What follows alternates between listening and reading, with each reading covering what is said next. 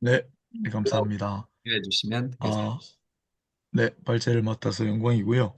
윤덕영이란 키르케고를 이제 전문하시는 분이 문자를 보내셨던데 부산에서 이렇게 열심히 하셔서 정말 경의를 표한다.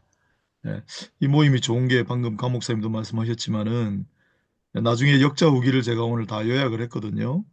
임충갑 선생님이 이 책을 번역하면서 너무 애를 먹었다. 너무 어려운 책이다. 라고 쓰셨어요. 원래 난해한 책인데 그걸 덴마크에서 영어로 또 한글로 이중 번역을 하니까 더 중간에 개념이 난해지지 않을까.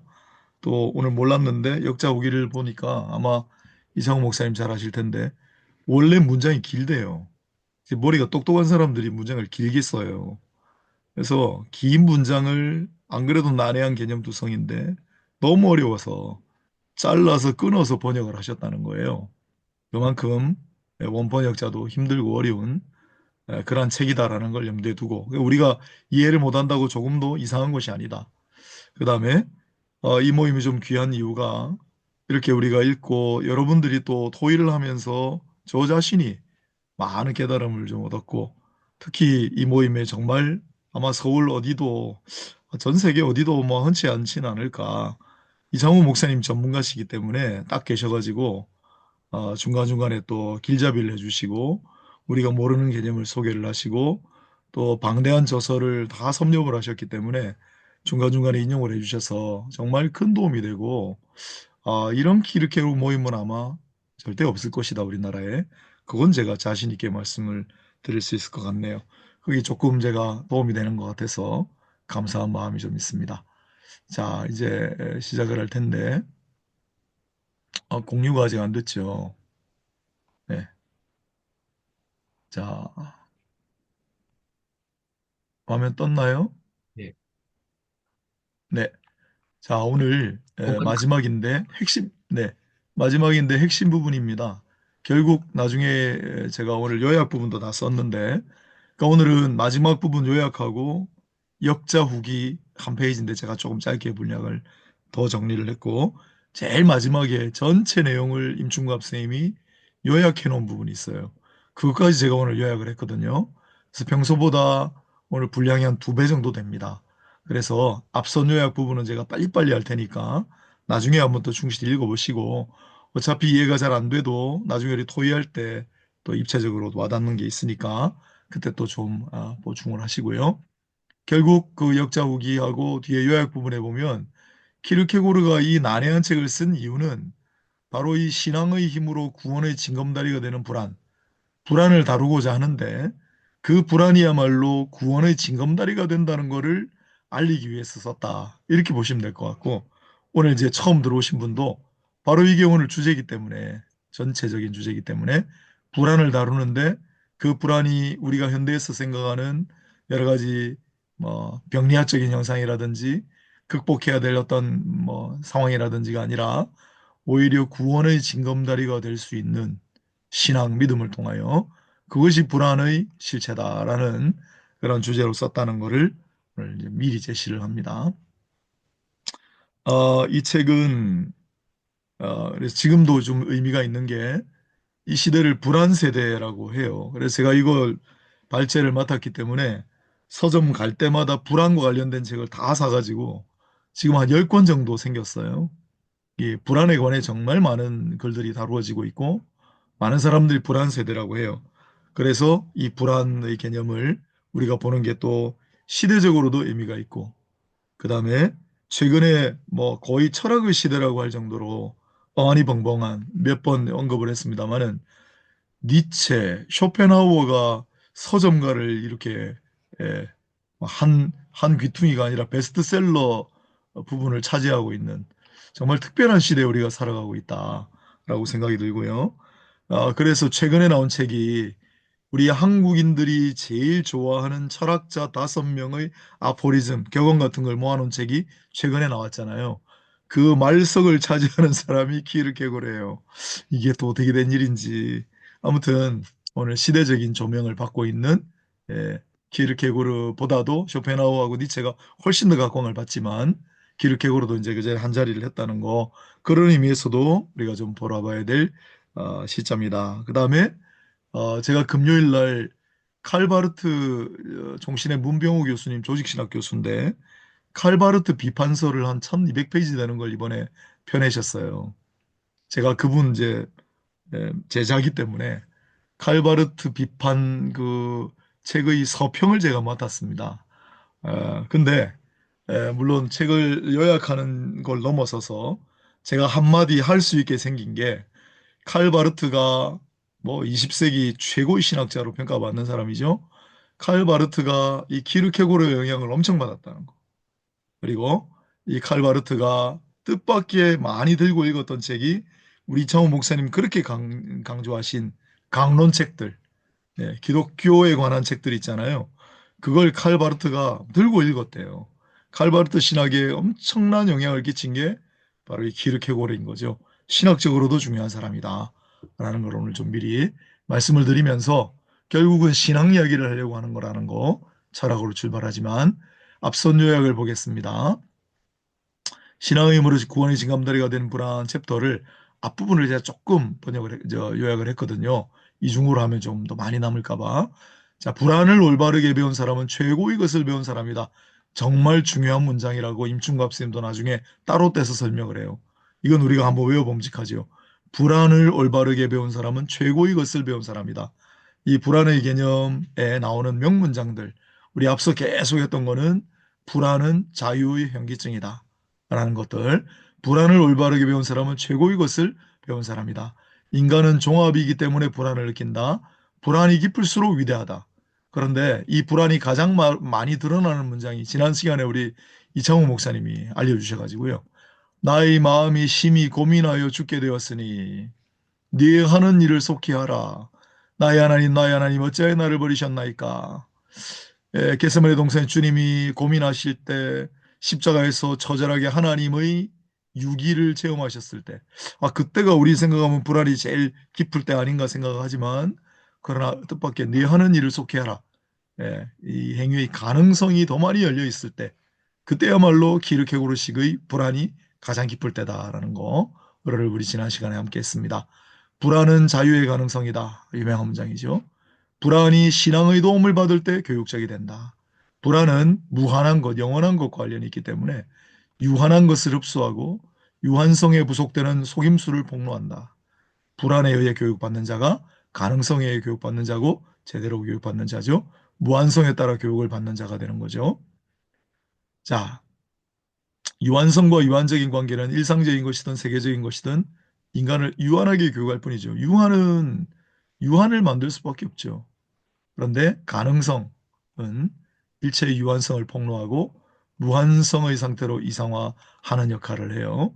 가능성은 불안으로서 개체를 압도할 것이지만 이 개체는 신앙을 선취함으로 불안을 극복하고 결국은 구원의 길로 나아가게 될 것이다.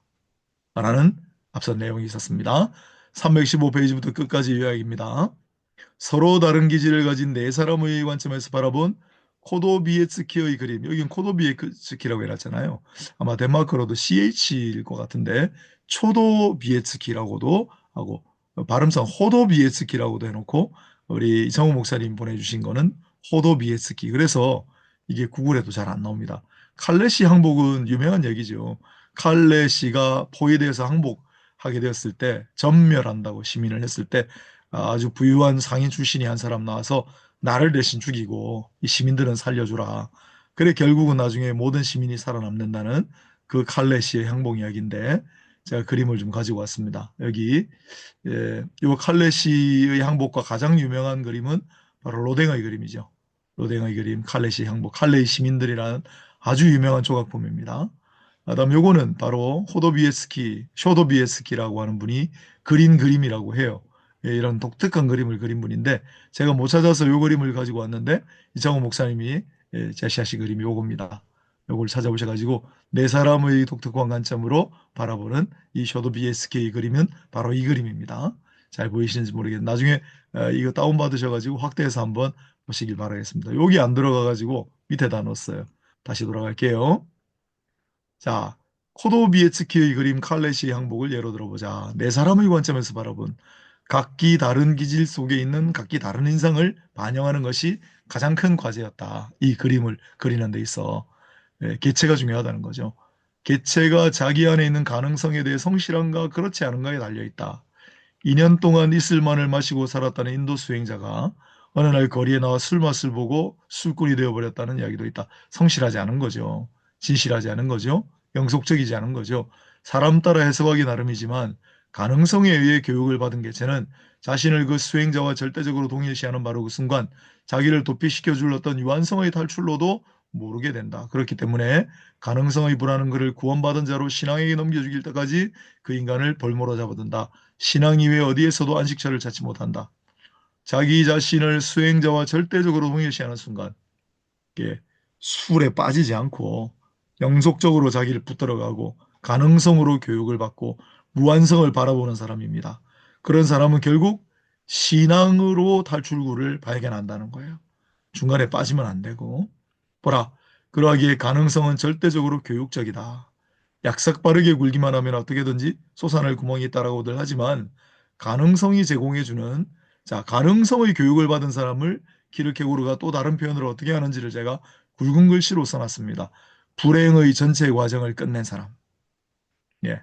불행과 고난이 그 사람을 파괴시키지를 못한 거죠. 그걸 다 초연한 거죠. 다 겪은 사람인 거죠. 일체를 잃은 사람이에요. 가라앉을 대로 가라앉은 사람이에요.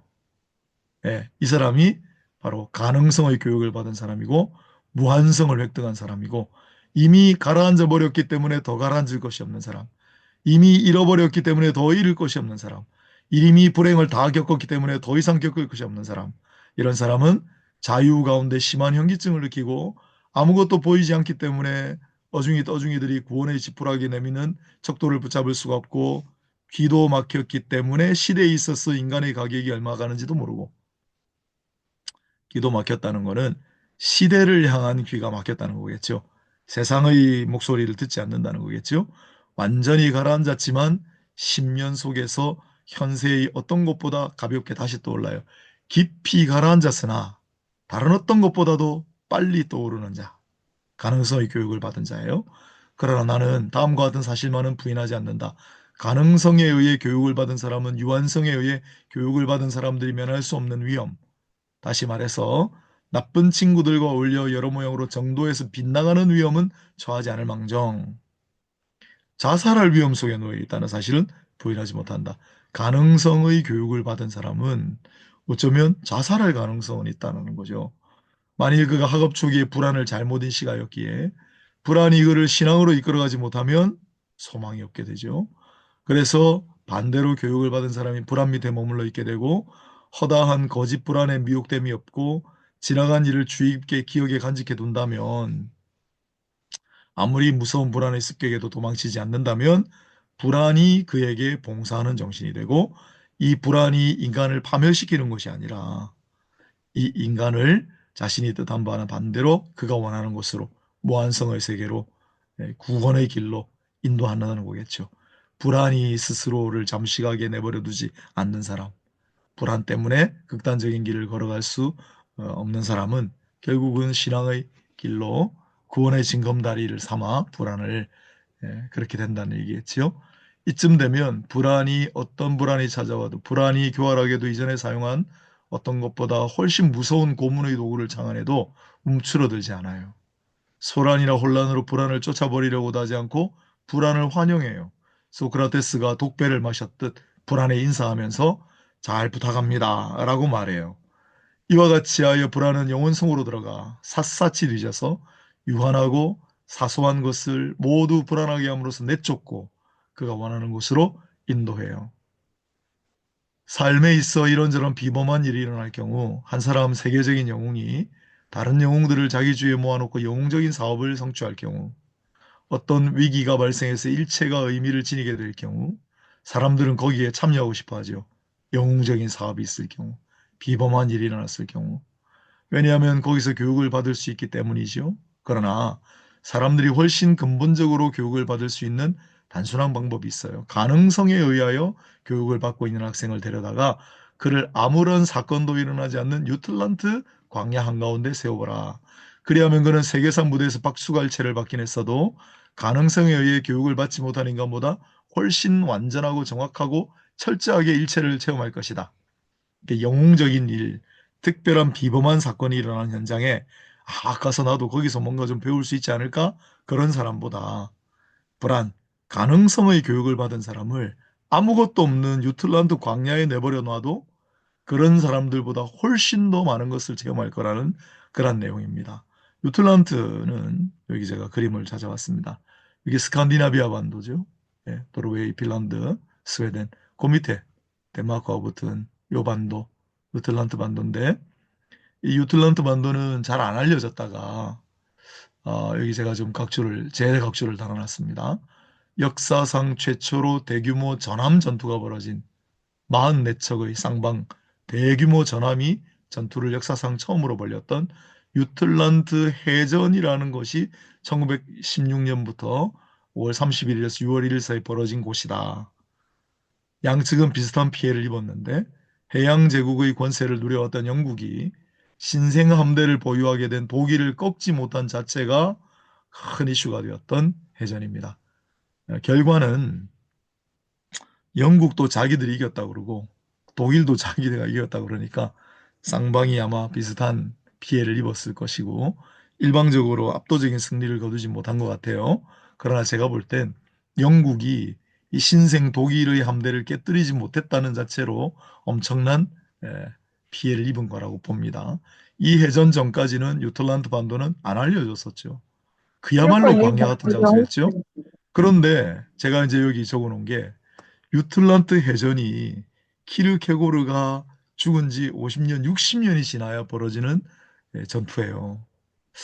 이 키르케고르는 자기가 죽고 난 다음에 반백년이 지나서 벌어질 이 전투가 있을 유틀란트가 이런 아주 세계사적인 장소가 될 줄을 미리 알았던 걸까요? 키르케고르의 예지력이라고 해야 될까? 나중에 또 전쟁 이야기 하나 더 나오는데 이 전쟁에 관심이 많았던 것 같아요. 자, 그 다음에 유틀란트 광야에 내버려둬도 가능성 교육을 받은 사람은 더 많이 배울 것이다 라는 거. 이제 개체가 가능성에 의해 신앙 방향으로 교육을 받을 때는 불안은 자기 자신이 낳아놓은 것들을 근절해 버릴 것이다. 자기 안에 있는 것들을 다 쏟아내 버린다고 그랬죠. 불안은 운명을 발견한다. 그러나 개체가 운명에게 몸을 맡기려 할 때는 불안은 역전하여 운명을 제거해 버린다. 우리 앞서 운명과 천재를 우리가 함께 다루었잖아요. 천재적인 사람도 운명의 자기를 굴복했잖아요. 그러나 가능성의 교육을 받은 사람은 불안, 가능성의 교육을 받은 사람은 그 운명조차도 제거해버린다. 운명은 불안과 마찬가지로 또 불안한 가능성과 마찬가지로 요녀의 편이기 때문이다. 개체가 운명에 대한 관계를 자기 힘으로 변형하지 못하는 경우에는 어떠한 유한성에 의해서도 건절시킬 수 없는 어떤 변증적인 자녀를 남기게 된다. 복권처럼 극히 무의미한 일에도 무언가를 속이려 하거나 술책을 할 경우 거기에는 당장의 불안이 나타난다. 그 자체로서는 무의미하고 외적인 것이다. 개체는 유한성으로부터는 아무것도 배우지 못한다. 그러나 불안은 일을 빨리 끝내버리려고 곧 무한성이라는 범주, 최후의 수단을 쓴다. 이리하여 개체는 이를 당해내지 못한다. 여기까지 도달한 개체는 외적인 의미에서 운명의 역전으로 말미암은 패배를 두려워하지 않는다. 더 이상 운명을 두려워하지 않지요. 왜냐하면 그 사람 속에 깃들인 불안은 이미 그 속에서 운명을 만들어 놓았고 그러면서 어떤 운명이 그에게서 박탈할 수 있는 것을 모두 박탈해 버렸기 때문이다. 불안 자체가 일종의 무언가를 만들어 놓았기 때문에 다른 어떤 운명도 다 제거해 버리는 결과를 초래했기 때문이라고 들립니다. 소크라테스는 크라틸루스라고 했는데 보통은 크라튠루스라고 하더군요. 크라튠로스. 예. 크라틸루스. 루스로 하면은 이제 라틴어 발음이고, 뭐 그리스 발음으로 하자면 크라튠로스가 되겠죠. 크라튠로스는 명문 귀족의 자제로 태어나 20살에 소크라테스의 제자가 된 인물로 아리스토텔레스의 스승 노릇도 했대요. 이 크라튠로스는 플라톤이 남긴 저작인데 여기에 이, 이 크라틸로스와 헤르모게네스라는 사람이 치열한 논쟁을 벌이는데 그 사람들에 대해 소크라테스가 각각 언급하는 내용이 나온대요. 그 내용을 여기 인용을 했습니다. 소크라테스는 크라틸루스에서 자기 자신에 의해 속임을 당하는 것은 무서운 일이다. 왜냐하면 그때 사람들은 속이는 자를 언제나 자기 속에 지니고 있기 때문이다라고 말한다. 이를 다음과 같이 말할 수도 있으리라. 불안처럼 호의를 가지고 속여주는 또는 유한성이 손을 대기 전에 어린아이의 젖을 떼도록 항상 노력해주는 그런 기만자를 자기 자신 속에 갖고 있다는 것은 행복한 일이다. 예, 유한성이 손을 대기 전에 어린아이의 젖을 떼도록 노력해주는 어떤 기만자를 자기 속에 갖고 있다는 것은 행복한 일이다. 우리 시대에는 개인이 비록 이렇게 가능성에 의해 교육을 못 받고 있지만 자기 속에 보다 깊은 근거를 가지고 선을 배우려고 갈망하고 있는 사람에게는 누구에게나 도움이 될 어떤 탁월한 특질이 구비되어 있다. 어떤 시대가 평화롭고 안온하면 할수록 일체가 더욱 엄밀하게 규칙적으로 운영되면 될수록 선이 그 보수를 받을 수 있으면 있을수록 그만큼 개체는 더욱 쉽게 자기 기만에 빠지기 쉽다. 자기 기만에 빠지지 말라는 거죠. 자신이 노력하는 목표가 아름답지만 유한적인 목표가 아닌지 여부에 대해 자기 기만에 빠지기 쉽다. 그래서 유한성을 탈피하라. 자기 기만에 빠지지 말라. 이런 얘기들을 하는 겁니다. 반면 우리들 시대에 있어서는 이제부터 인생의 무대에 나서려는 사람은 자기가 마치 여리고에서 예루살렘으로 가는 도중에 강도를 만나 쓰러지는 사람과도 같다는 것을 알기 위해 구태여 16살이 될 때까지 기다릴 필요가 없다. 뭔 말인지를 모르겠어요. 나중에 아마 이창호 목사님이 이 부분 원주를 아마 좀 설명을 해주시면 좋을 것 같아요.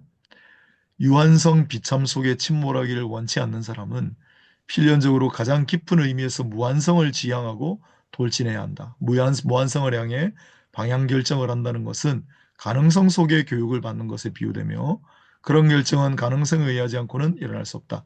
계속 가능성 이야기 나옵니다. 이 가능성은 물론 자유의 가능성입니다. 따라서 분별성이 헤아릴 수 없을 정도로 많은 계산을 완료하고 나서 이제 승리는 자기의 것이라고 할 때 그것이 아직 현실적으로 승리인지 패배인지 결정되지 않는 동안에는 불안이 닥쳐온다. 그리고 불안은 악마를 향해 성호를 끊는다. 분별력을 가지고 있어도 현실적인 불안이 찾아올 수밖에 없다는 거죠.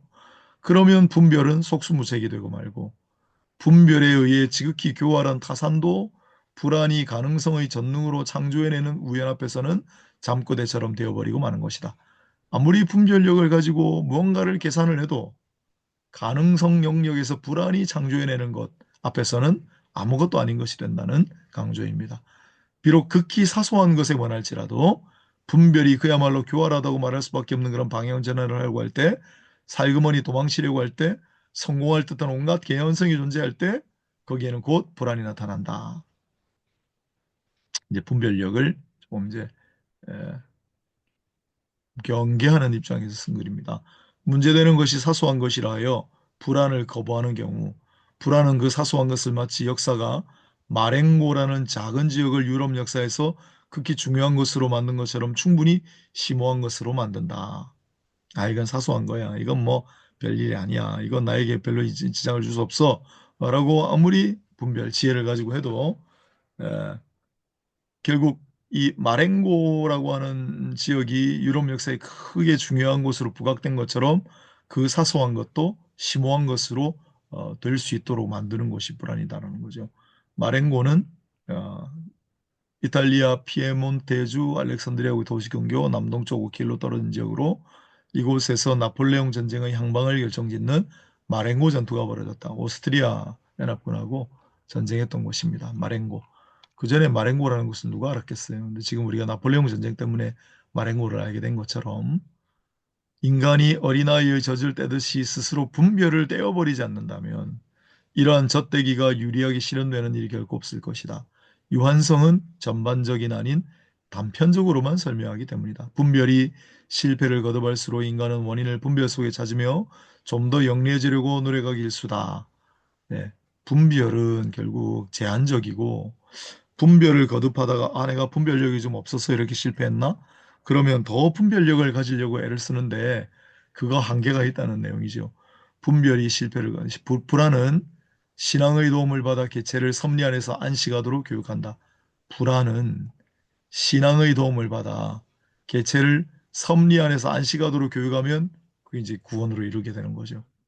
불안이 발견하는 또 하나의 것, 즉 허물에 대한 관계도 마찬가지다.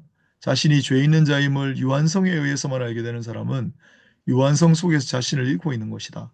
유한성은 외적이고 법률적이고 불안적인 방법 이외로는 어떤 인간이 죄인인지 아닌지에 관한 결정을 내릴 수 없다.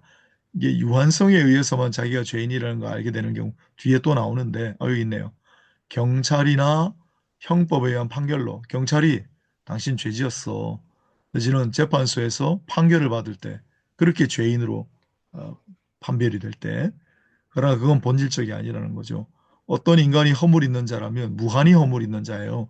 경찰이나 형법에 의한 판결은 발각이 돼서 처벌을 받을 때만 죄인이 되잖아요. 그러나 허물 있는 자는 모든 영역에서 무한히 허물 있는 자예요.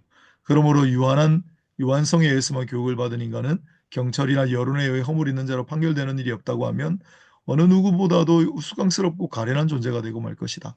보통 사람들보다는 약간 훌륭하지만 목사만큼은 그렇지 못한 덕의 전형이 될 것이다. 그러한 인간이 어떻게 그의 생애에서 도움 따위가 필요할 것인가. 어쩌면 그는 죽기도 전에 모범자 영감에 오르게 될지도 모른다. 약간 비꼬놨는데 이제 분명히 허물 있는 자 죄인인데 살아있는 동안에 그게 안 밝혀졌다면 우스꽝스럽게도 모범자 영감에 오를 수도 있다라는 거죠.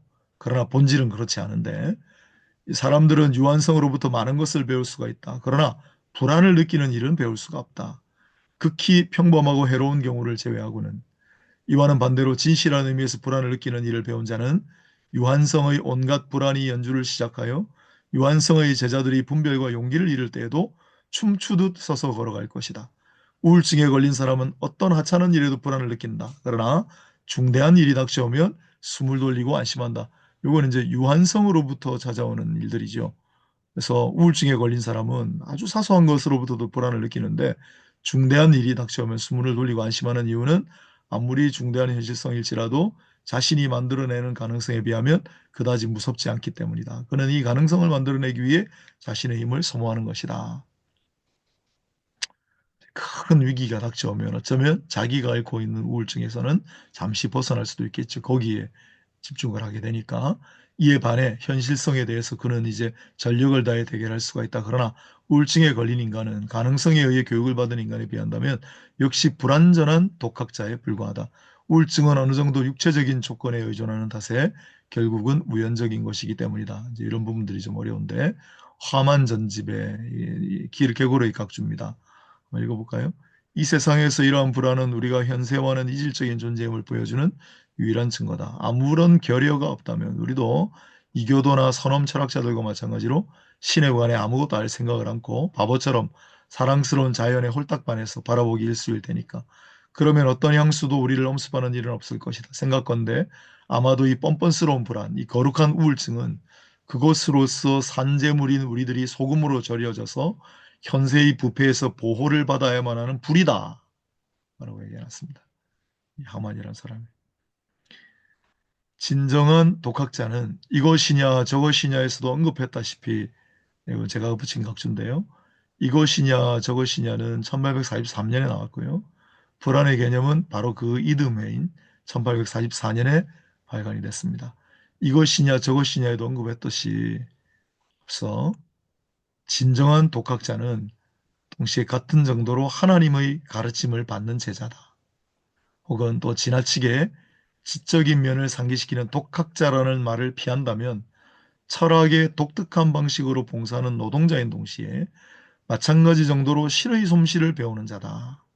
허물과의 관계에 있어서 불안에 의해 교육을 받는 자는 그러므로 구원에 있어서 비로소 안식하게 된다.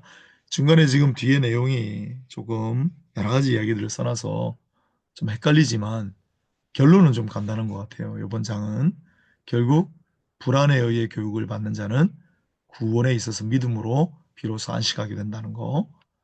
여기서 이 연구는 끝난다. 이 연구가 시작된 바로 같은 장소에서 끝나는 곳이다.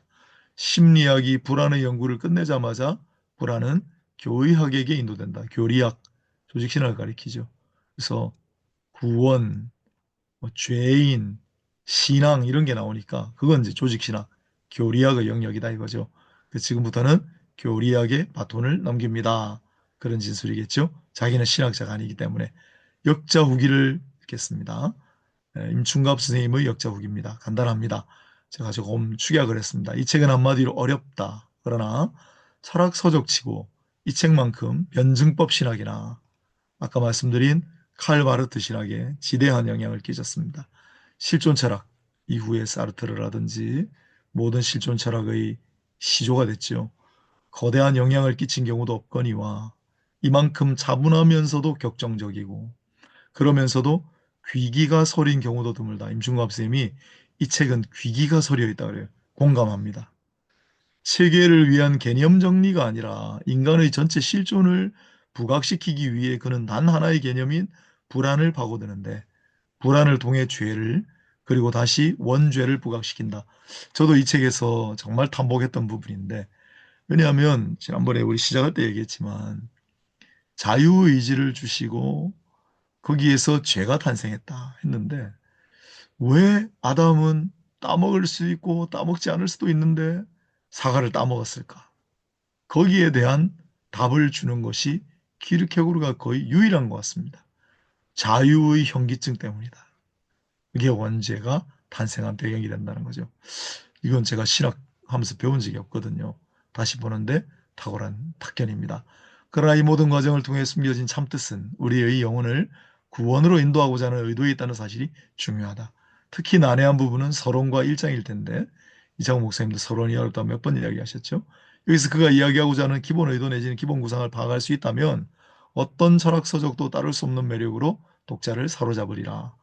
난해한 이유 중 하나는 기르케고르가 처음부터 헤겔과 정면 대결을 펼치며 논리주의를 비판하기 때문이다. 당시 덴마크를 비롯한 유럽의 정신계는 헤겔의 사상이 너무나 짙게 지배하고 있기 때문에 키르케고르가 전하고자 하는 메시지가 먹혀들어갈 여지가 전혀 없었다. 그런 이유로 집요할 정도로 헤겔을 극복하고자 했고 결국 전하고자 하는 메시지를 전할 수 있었다. 헤겔의 철학은 객관 철학이죠. 절대주의죠. 반대로 키르케고르는 주관주의죠. 예, 신압배선 단독자. 이런 정렬은 동시에 그를 근대 사상에서 불멸의 자리를 차지하게 했고 앞으로도 영원히 인간들이 자기 자신을 찾는 여로의 길잡이로 자기 자신을 찾는 사람은 키르케고르를 길잡이로 삼으라는 거죠. 이와 같이 그의 목표는 철학 체계가 아니라 자신의 자아를 찾아 확립하는 데 있었고 나아가 그리스도를 믿는다는 것이 무엇을 의미하는가를 밝히고 인간들이 구원을 얻게 하는데 이바지하려는 진지한 소망이 있었다고 본다. 하지만 그가 전하고자 했던 대상은 소박한 대중이 아니라 지식인들, 그것도 당시 기독교를 주름잡고 있던 지도층들이었기 때문에 또 해겔 철학자들이었기 때문에 다소 난해한 내용이 되고 말았다. 이게 이제 단점 중에 단점인데 이걸 누가 읽겠어요. 이 불안의 개념 읽어서 누가 이걸 제대로 이해하겠어요. 읽어도 무슨 뜻인지 모르겠는데 이건 이제 이런 한계가 있습니다. 번역 도중 특히 어려움을 느낀 부분은 지루하다고 여길 정도로 긴 문장이었다.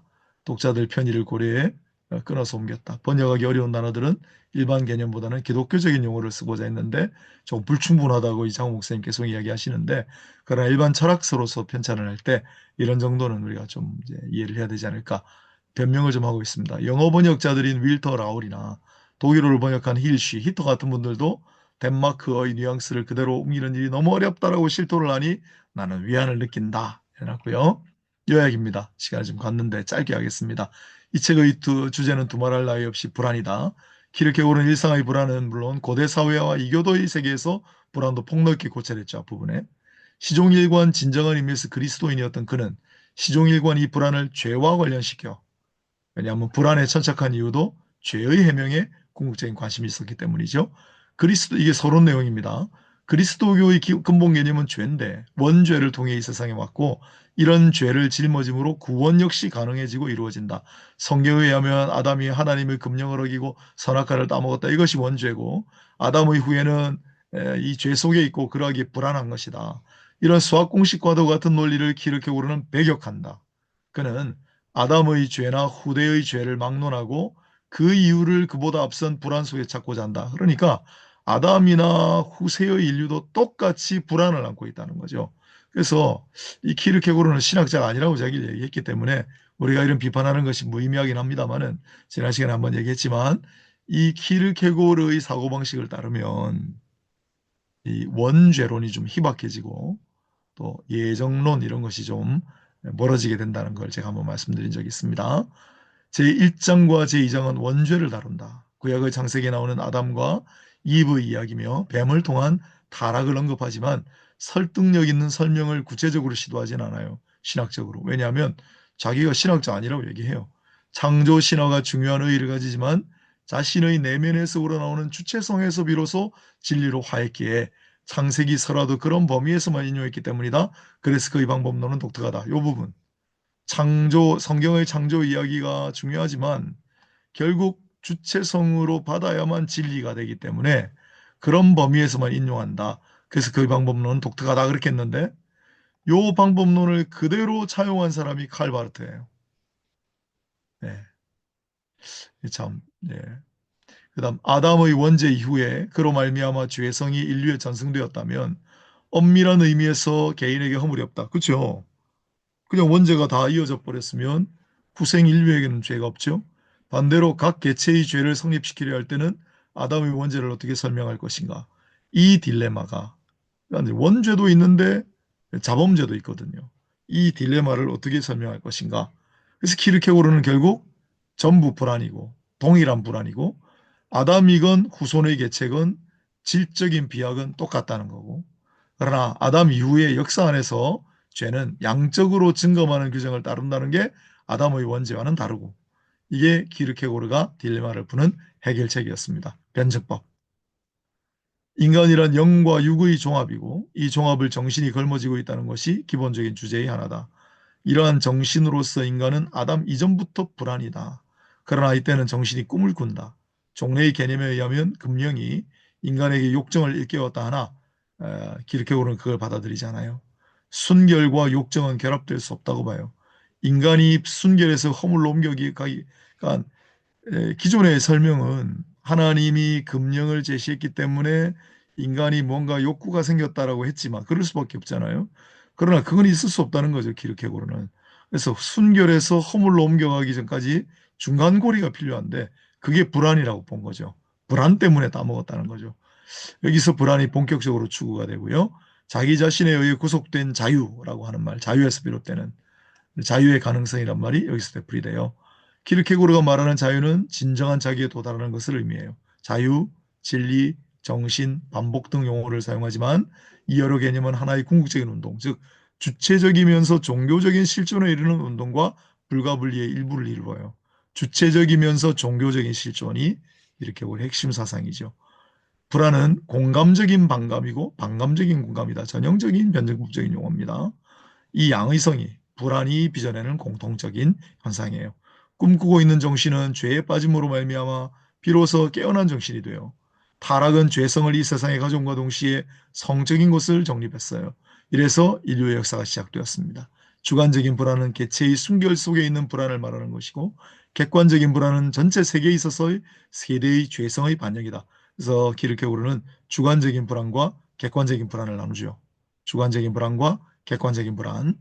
이 주관적인 불안에서 수치심이 분석되고 남자와 여자에 있어서 감성과 불안의 다소 및 차이가 언급된다. 그리스 문화의 미가 언급되는 것도 여기다. 그래서 이 주관적인 불안을 키르케고르가 아주 심리학적으로 파헤쳤기 때문에 이게 현대 심리학, 정신분석학의 기초가 되고 또 우리가 보통 불안이라고 말할 때 불안은 외부로부터의 불안을 흔히 이야기하는데 키르케고르는 외부로부터의 불안 요소가 없더라도 자기 내면의 불안이 있다는 것을 비록 정립한 인물입니다. 제3장에서는 시간이 분석된다. 인간은 영과 육의 종합인데 종합을 걸머지고 있는 것이 정신이지만 동시에 인간은 시간적인 것과 영원적인 것의 종합이고 이 종합은 순간에 있다. 시간과 영원의 중간이 순간이라고. 죄가 정립된과 동시에 시간성 역시 죄성으로 옮겨간다는 키르케고르의 치밀하고 눈부신 업적이 뒤따른다. 곧이어 운명에 대한 고찰이 이어진다. 천재와 운명 이야기했고 4장에서는 악과 선에 대한 불안이 고찰의 대상으로 악마적인 것 했죠. 악마적인 것의 분석은 가장 눈부신 대목이라 하겠다. 악마적인 것은 폐쇄성, 부자유성, 돌발성, 권태, 문해용성 등을 개념적인 표징으로 합니다. 이 대목을 읽어가면 그의 저술이 현대 심리학과 철학에 왜 그리도 큰 영향을 끼쳤는가를 알 수 있습니다. 뒤따르는 확신과 내면성, 진지성에 대한 고찰은 그의 본래 의도가 단지 불안의 분석에 있지 않음을 시사합니다. 여기서도 종교성의 뉘앙스를 짙게 느낄 수 있습니다. 그래서 확신과 내면성, 진지성이 없는 것은 악마적인 것이다 라고 본 거죠. 제5장에서는 마지막 장입니다. 본래의 의도가 더욱 또렷하게 드러난다. 불안을 올바르게 배운 사람은 최고의 것을 배운 사람이란 말이 단적으로 증명하고 있다. 오로지 이런 의미의 불안만이 신앙과 결합되어 형성적이다. 이리하여 개체가 불안에 의하여 신앙으로 형성될 때 불안은 불안 자신이 만들어내는 것을 뿌리째 제거한다 등의 말이 무엇을 뜻하는지는 독자 자신만이 알 수 있을 것이다. 요컨대 제5장의 제목인 신앙의 힘으로 구원의 징검다리가 되는 불안의 분석이야말로 키르케고르가 의도한 유일한 목적이었던 것이다. 이상입니다.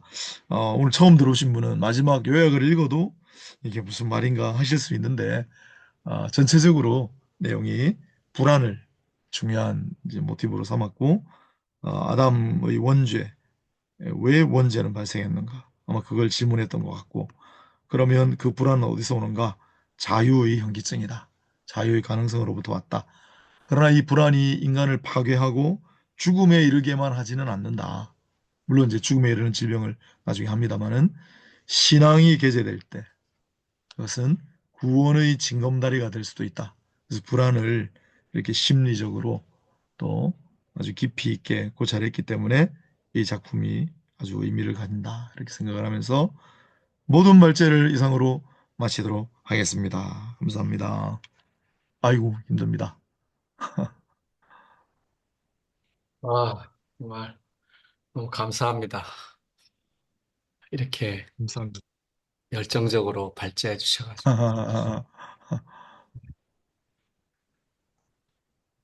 시간이 8시 57분인데요. 한 네, 50분 이렇게 해주셨습니다. 너무 감사드립니다.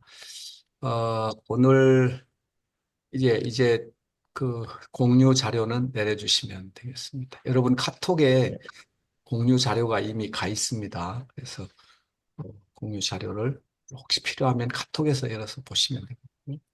우리 이창호 목사님 오늘 발제해 주신 것 부분에 대해서 조금 혹시 첨언이나 부연 설명을 좀 해주실 수 있으면 부탁을 드립니다. 아, 예. 워낙 저기 잘 요약을 해주셔가지고 뭐 제가 뭐 특별히 드릴 말씀은 없을 것 같은데 그 제 개인적으로 혼자 좀 공부를 좀 했습니다. 이거 보면서 생각나는 것들이 좀 있어가지고 그래서 그거를 좀 나눠드리면 어떨까 이런 좀 생각이 들었거든요. 그 저도 사실은 이게 자기 시험을 위하여 읽으면서 도저히 이게 이해가 잘 안 돼가지고 다시 이거를 공부를 좀 했습니다. 이번에 공부하면서. 근데 요 내용이 5장을 해석하는데 굉장히 중요한 부분이 있지 않을까 싶어서 좀 부각시켜서 말씀을 드리면 이 가능성의 이 교육만이 진짜로 어떤 그 교육적인 어떤 형성을 만들어 줄 수 있다라고 얘기하면서 내가 하려는 일을 속히 하라라고 하는 게 어떻게 하면은 어떻게 보면은 악마적 불안이나 선에 대한 불안보다 가장 그 불안이 극대화된 지점인 것처럼 설명을 하고 있거든요. 그래서 그 내가 하려는 일을 속히 하라가 왜 이게 그렇게 뭐라고 할까 이 강력한 그런 불안을 만들어낼까 하는 그거를 가지고 제가 이 책을 좀 면밀하게 좀 한번 살펴봤습니다. 살펴봤는데 결론적으로 말씀을 드리면 이 나의 하나님 어찌하여 나를 버리셨나이까라고 하는 그 말 자체도 이미 어떤 일이 결정이 난 상태이기 때문에 불안이 덜하다. 그리고 겟세마네 동산에서 주님께서 기도하신 장면도 사실은 이미 내면성에서는 주님께서 그 결단한 상황이기 때문에 불안이 덜하다. 그런데 내가 하려는 일을 속히 하라고 하는 거는 아직 이때야말로 영혼과 순간이 약간 접촉하는 순간 같은 느낌? 그래서 뭔가를 결단하는 이 시점에서 정확하게 이거를 네가 하는 일을 속히 하라고 하는 이 말 안에 내가 이제 예수님께서 죽기 위한 결단을 하는 약간 그런 지점처럼 느껴졌거든요. 그래서 이게 일종의 가장 그 불안이 강화된 시점이고 이 가능성의 불안만 그 사람을 교육하고 그 사람을 형성시켜주는 불안이지.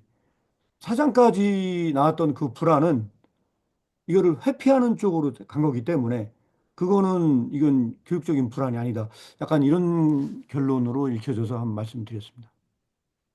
네, 어디 가셨지? 우리 홍석진 목사님, 어, 금방 들으신 내용을 어떻게 들으셨는지. 마이크 켜셔야 됩니다.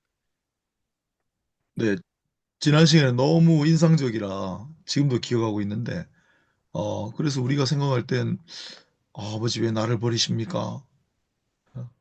이 잔을 지나가게 해주십시오. 뭐 이런 게 제일 불안한 상태 같은데, 오히려 네가 할 일을 해라라고 하는 그 문장이 가장 불안의 정점이다라고 지난 시간에 말씀하셨잖아요. 그래서 그게 너무 인상적이었고, 결국 자유의 현기증이 불안이라고 하는 이 태제, 이 거대한 하나의 중심 주제가 지금 이 책 안에 정말 많은 이야기를 써놓고, 어, 제가 이제 키르케고르 책들 조금 보면은 이 존 카푸토라는 분이 약간 전문가인데, 이분이 키르케고르를 뭐라고 해놨냐면 저 무서운 자그마한 덴마크인이라고 해놨어요. 아, 정말 뭐 독설과 유머와 반전과 뭐 이런 글들을 잔뜩 적어놓고, 아까 우리가 계속 나왔지만 책을 읽어 나가는 게 어려운 게 소크라테스 나오죠. 뭐 또 전투 이름 나오죠. 뭐 유틀란트 대륙 나오죠. 그래서 굉장히 막 방대한 지식을 또 자랑을 하면서 여러 가지 내용들을 꼬아놔 가지고 읽다 보면 도대체 이 사람이 뭘 얘기하려고 하나 빠질 수 있는데, 결국은 거기 다 들어가 있다는 거.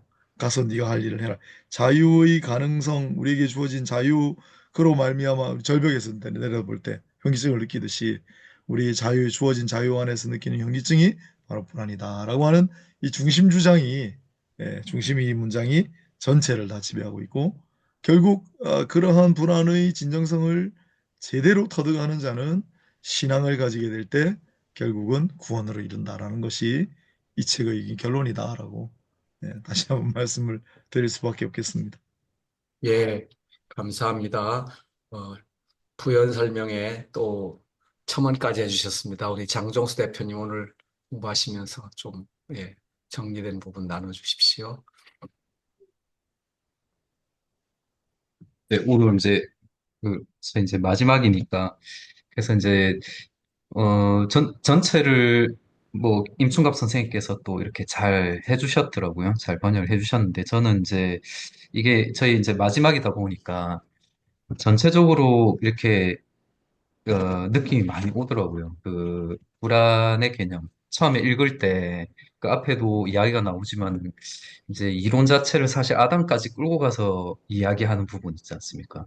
그게 너무 사실 재밌었습니다. 정말로 너무 재밌었고 또 정말 설득력이 있었고 그리고 기존의 그런 좀 잘 해결이 잘 되지 않는 부분들을 키르케고르가 되게 잘 정말 뭐 자기도 나름대로 되게 고민을 많이 했겠지만 잘 해주고 있다라는 사실 생각이 들었어요. 특히 이제 그 불안을 얘기할 때 이제 원죄까지 끌고 가서 하는 얘기 있지 않습니까? 그러니까 불안으로부터 죄가 나오고 그다음에 죄가 나왔고 근데 이제 죄라는 것도 사실 불안이 죄를 끄집어낸 게 아니고 불안은 그냥 양적인 것이고 실제로는 개체 내에서의 어떤 질적인 비약이 일어난 것 알지 못하는. 근데 이제 뒤에 가면 또 악을 막 그 이야기할 때 악마적인 건 돌발적인 것이고 비약적인 것이다 이런 얘기 나오지 않습니까? 그래서 사실 이게 되게 좀 연결이 된다는 생각도 들더라고요. 그 돌발적이고 비약적인 건 이제 앞에서도 어떤 질적인 비약을 통해서 이제 악이 나타나고 그다음에 그 악이 나타나게 돼서 이제 죄성이 들어왔지만 그 죄성이라고 하는 것도 어떤 의미에서 보면은 사실 완전히 본질적이라는 것보다는 우리 외부에서 일종의 우리한테 계속 물들게 만드는 뭔가이긴 하지만 그럼에도 불구하고 이거는 양적인 것이고 실제로 죄는 내부에서의 개체의 알 수 없는 돌발적인 비약으로서 일어나는 것이다라고 하는 뭐 이런 부분들 이게 이제 신학적으로는 이런 부분들이 물론 이제 뭐 전적 타락이나 여러 가지 부분 관련해 가지고는 할 얘기들은 되게 많겠지만은 사실은 어 뭐 철학이 아니라 실제 정말 어떻게 살아야 될 것인지, 어떻게 믿어야 될 것인지, 라고 하는 부분과 관련해서 생각을 해본다 그러면, 저는 되게 설득력 있는 부분이라고 개인적으로 또 느껴졌고, 또 그런 과정을 통해서 이제 키르케고르도 정말 자기 나름대로 제대로 믿어보려고 엄청나게 몸부림을 쳤던 그런 좀 천재적인 철학자의 그런 아주 보기 드문 그런 하나의 사고의 결과물이지 않느냐는 생각이 들더라고요. 그 키르케고르가 사실은 30살 때 지었잖아요. 30살부터 저자 활동해가지고 거의 40에 죽었나요? 41살에 죽었나요? 하여튼. 엄청나게 사실 천재적인 철학자가 또 자기 나름대로 정말 진정한 그리스도인을 한번 살아보려고 진짜 몸부림을 쳤던 그 결과물들이 이 저작들에 다 들어가 있는 것 같아가지고 네, 되게 좋았습니다. 그래서 이제 아까 그런 부분도 정말 좋은 설명이거든요. 사실은. 그러니까 그 죄성에 대한 부분들, 원죄에 대한 부분들, 이런 부분에 대한 여러 난제가 있는데, 이제 설명에 대한 그 난제를 키르케고르 식으로 설명한 부분은 정말 아주 훌륭하게 설명을 해내고 있다. 논리적으로 봐도. 그래서 그런 부분 되게 인상적이었습니다. 그래서 그런 부분 되게 좋았고, 이제 그 다음에 그거 끝나고 나서는 이제 또 죄를 이야기할 때 뭐 객관적인 불안, 주관적인 불안 뭐 아까 똑같은 얘기지만은 객관적인 불안도 얘기하고 주관적인 불안도 얘기하면서 사실 이제 죄가 들어왔을 때 그 죄가 오염시키는 부분들이 저는 이제 객관적인 불안으로도 이야기하는 게 엄청나게 되게 좋더라고요. 좋고 또 생각해 볼 거리가 많고 이 객관적인 불안이라는 것 자체가 우리하고 상관없는 이 세계 피조물들이 죄에 물들어 있는 그 과정들을 이야기하는 거로 읽혀지는데 이제 죄가 하나 들어옴으로 인해 가지고 정말 바뀔 수밖에 없다라고 하는 물들 수밖에 없고 바뀔 수밖에 없다라고 하는 거를 객관적인 불안과 주관적인 불안으로 이야기도 하고 그 안에 보면은 또 뭐 세대 관계 그런 거 있지 않습니까? 세대가 아담에서부터 점점 점점 밑으로 내려오면 내려올수록 사실은 점점 더 불리해진다. 사실은 그 세대 관계 자체가 이어지면 이어질수록 본질에서는 계속 멀어질 수밖에 없고 따라서 이제 마치 죄를 지을 수밖에 없는 환경이 될 수밖에 없다. 이거를 우리가 원죄로 인해서 이제 우리의 심성 자체가 다 망가졌다라고 해석할 여지가, 우리가 이때가 그렇게 오해를 해온 거지만, 실제 그거라기보단 세대 관계에 의해서 우리가 계속 약해져 있는 것이다. 라고 하는 거. 하지만, 그럼에도 불구하고, 죄라고 하는 것은 내부에서의 돌발적인 비약에서 일어나는 거다. 그걸 잊지는 말아야 된다. 그러면 그 얘기는 결국은 우리는 죄하고 계속 싸워야 된다는 얘기로 저는 실천적으로 나갈 수밖에 없지 않냐. 그 논리 자체가. 그렇더라고요. 그러니까 이제 죄라고 하는 걸 원죄나 죄성에다 넘기지 말고 죄는 내부에서 돌발적인 비약으로 일어난다. 그렇다고 한다면 우리는 어떻게 해야 되겠느냐라고 하는 게 이제 어떤 실천적인 과제로서 또 나올 수 있다라는 생각이 들더라고요. 아담이 아담이라고 하는 그 존재가 사실 지금 우리하고 별반 다를 바가 없다. 우리도 아담처럼 본질적으로 그 순결한 상태에서부터 우리도 똑같이 출발하는 거다. 아담도 하나의 똑같은 인간이고 우리도 아담이 걸었던 거하고 똑같은 걸 걸어가는 거다. 라고 하는 그런 이제 상상력도 너무 좋았었고 그랬습니다. 근데 그거 이제 끝나고 나서 이제 그 뒷부분에 그러면 뭐 예를 들어서 죄하고 관계없는 그런 사람들은 그러면 이 불안을 안 느끼냐? 그 사람들도 느낀다. 그래서 무정신성, 그 다음에 운명, 그 다음에 허물, 요 세 가지 개념 얘기할 때, 이것도 너무 좋았었거든요. 이게 설명해 주는 게. 사람들 아무 정신없이 사는 것 같아도 실제로는 행복해하고 있는 그 사람들 자체 불안이 숨어 있는 거라고. 잘 보면 그 안에 불안이 숨어 있다. 뭐 이런 것들. 그 다음에 천재에 대해서 이야기 나올 때 그 천재가 운명과 마주치게 되는 그 과정. 자기 힘으로 어찌됐든 뭔가를 뚫어보려고 했는데 그 천재가 결국 그 운명을 붙잡고 이제 쓰러지는 그 과정 있잖아요. 그걸 보면서 결국은 섭리라는 게 그런 것이다. 그런 거. 뭐 그 사람이 그 맨 마지막 순간에 느껴지는 그 불안감, 뭐 이런 거, 그 불안을 피할 수 없는 그런 부분들이라든지 종교적 천재가 자기 나름대로 철저하게 살아보려고 했는데 결국은 허물을 발견하고 결국 무너질 수밖에 없는 그런 과정들, 뭐 이런 것들도 쭉 이야기를 하고 결국 이제 그러고 난 다음에 맨 마지막에 이제 그렇다면 그 죄의 결과 어떤 불안을 가져오느냐 요거 얘기할 때 결국은 이제 악에 대한 불안이 있고 선에 대한 불안이 있는데 저는 여기서 이제 악에 대한 불안보다 선에 대한 불안이 압도적으로 많거든요. 그 분량 자체가. 그 이 얘기가 저는 왜 이렇게 처음에 지어놨는지 되게 궁금했었어요. 그게 원래 이제 죄를 지으면 그 죄 때문에 막 불안이 몰려온다. 이거 상식적으로 이해가 가능한데 선에 대한 불안을 왜 이렇게 많이 적어놨지 했는데 읽다 보니까 아, 이게 우리가 사실 그렇다는 생각이 들더라고요. 그러니까 처음에 그런 생각이 들었는데 끝까지 읽다 보니까 이건 결국 우리를 향한 얘기구나. 그리스도인들을 향한. 그러니까 실제 인간의 본질 자체가 구원과 선 앞에 도망치려고 할 수밖에 없다. 이걸 바라면서도 도망칠 수밖에 없다라고 하는 그 부분을 가지고 결국 선에 대한 불안을 가지고 있을 수밖에 없다라는 거. 그거를 정말로 미세하게 되게 많이 풀어놓은 것 같더라고요. 키르케고르. 그건 뭐 또 자기 자신에 대한 이야기일 수도 있지 않냐. 뭐 그런 생각이 들었습니다. 그래서 맨 마지막에 결국은 어찌됐든 이 불안이라고 하는 거를 우리는 피할 수 없다. 불안이라고 하는 것 자체를 제거할 수도 없고 피할 수도 없고. 그렇지만 불안 앞에 성실하게 열려 있으면 그 불안이 결국 우리를 하나의 교육자의 역할로서 이렇게 신앙 앞까지 데려간다는 거죠. 그걸 못 데려가면 자살로 가는 거고. 신앙 앞으로 데려간다. 그래서 결국은 우리가 신앙을 가지고 믿음을 가지고 우리가 하나님 앞에 납ting이 되고 수용을 하는 순간에 그 불안은 자기 할 일을 다 하게 되는 우리가 어떻게 되면 그 불안을 극복할 수 있는 길이 되는 것이다. 뭐 이런 쪽으로 연결이 되는 것 같아서 너무 좋았고요.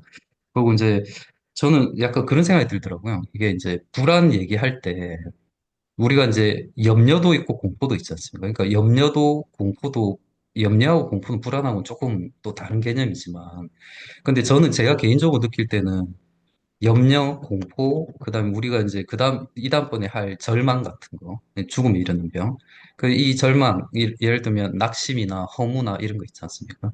그런 걸 불안이라는 개념이 다 포괄하는 하나의 아주 큰 하나의 그런 감정의 카테고리가 아닌가라는 생각이 사실 들었거든요.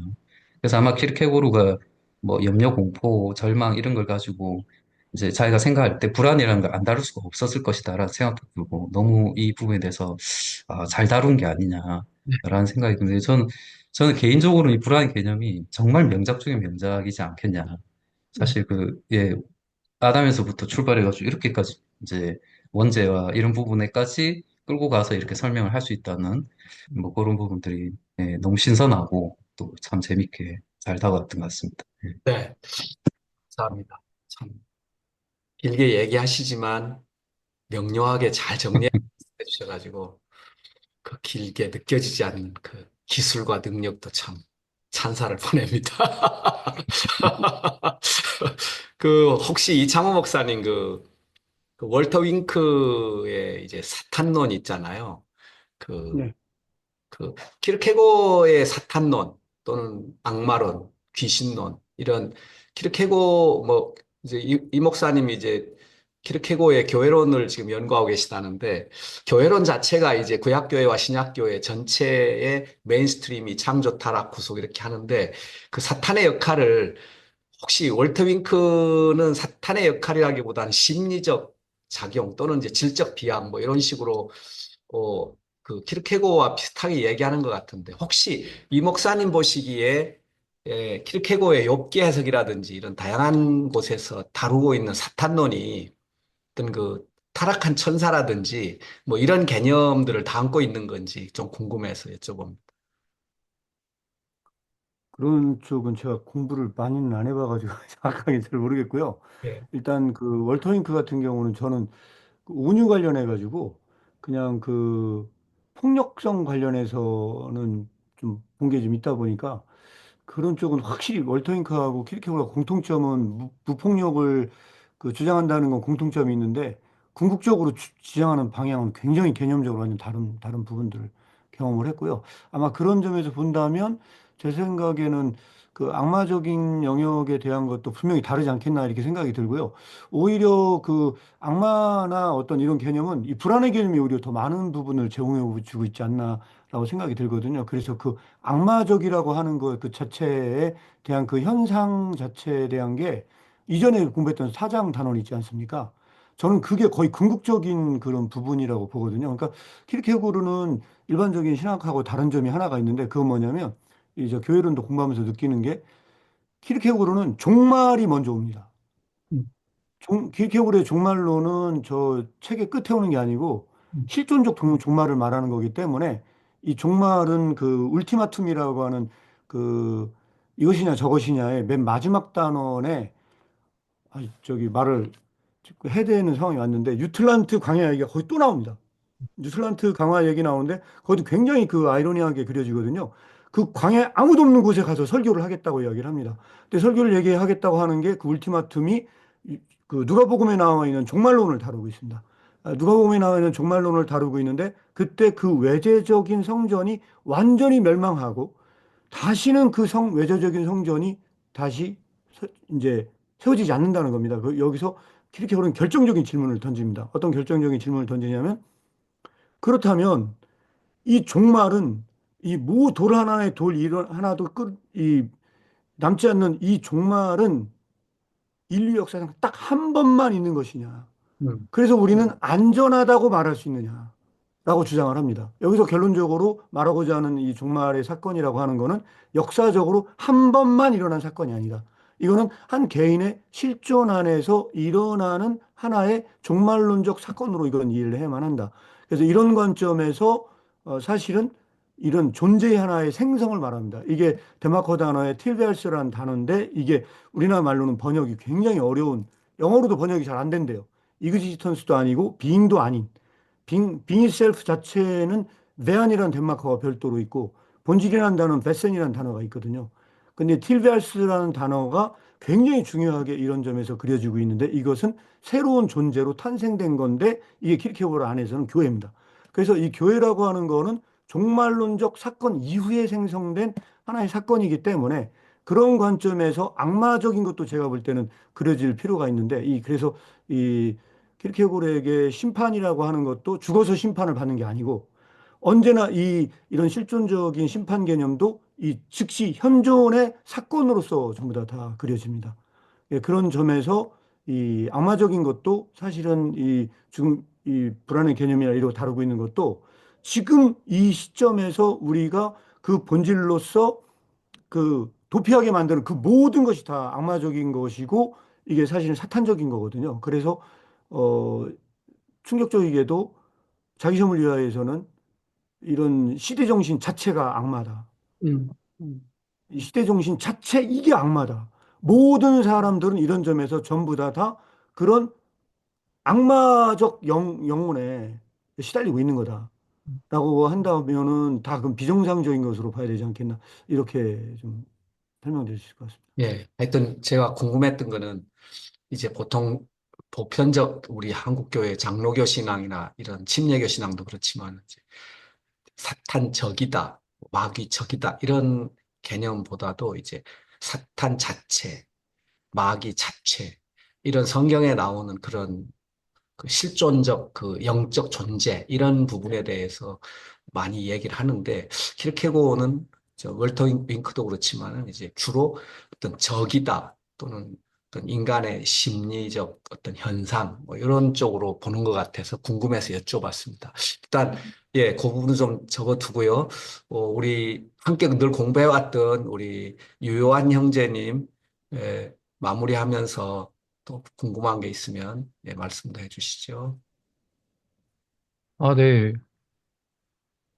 저는, 어, 이번 거 보면서, 음, 이상이랑, 이제, 이상상이랑 현실이랑 이렇게 두고, 보통의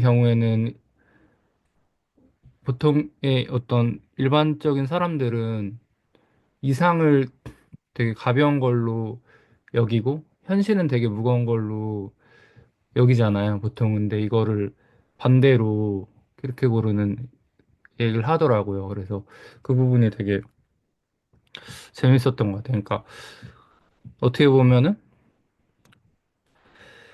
음, 그리스도인들에게 이상이라는 게 예수의 모습이다 이거나 혹은 그가 갔던 길이라고 한다면은 그거를 그냥 알아서 되겠지 언젠가 이렇게 그냥 생각하는 사람들에게는 그 이상이 굉장히 가볍겠죠. 그리고 음, 이제 그거는 그냥 알아서 되는 거고 나중에 지금 내 눈앞에 닥친 어떤 현실적인 문제들 뭐 돈 문제나 뭐 이런 것들이 훨씬 더 무거운 거야. 이런 식으로 생각하겠지만 진짜로 그 예수의 모습이 내가 닮아야 될 모습이고 그 길이 내가 가야 될 길이라는 거를 느끼는 사람은 그게 엄청나게 가벼울 수가 없을 거 아니에요. 그래서 그게 오히려 거꾸로 이렇게 되는 것 같아요. 그거에 비하면 이제 현실의 돈 문제 이런 거는 거의 막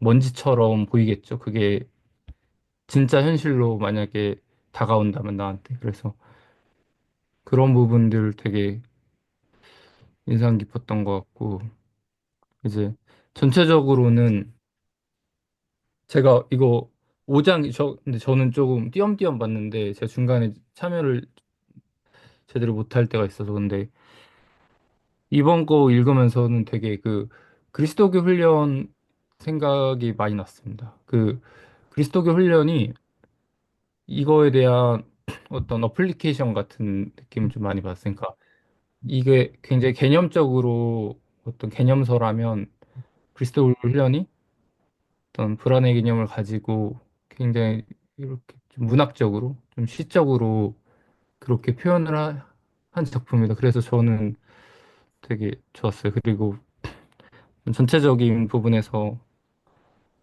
어, 불안이라는 거가 그러니까 우리가 사랑이라는 것도 그냥 마냥 그냥 따뜻한 게 아니잖아요. 그런 뭐라 그러죠?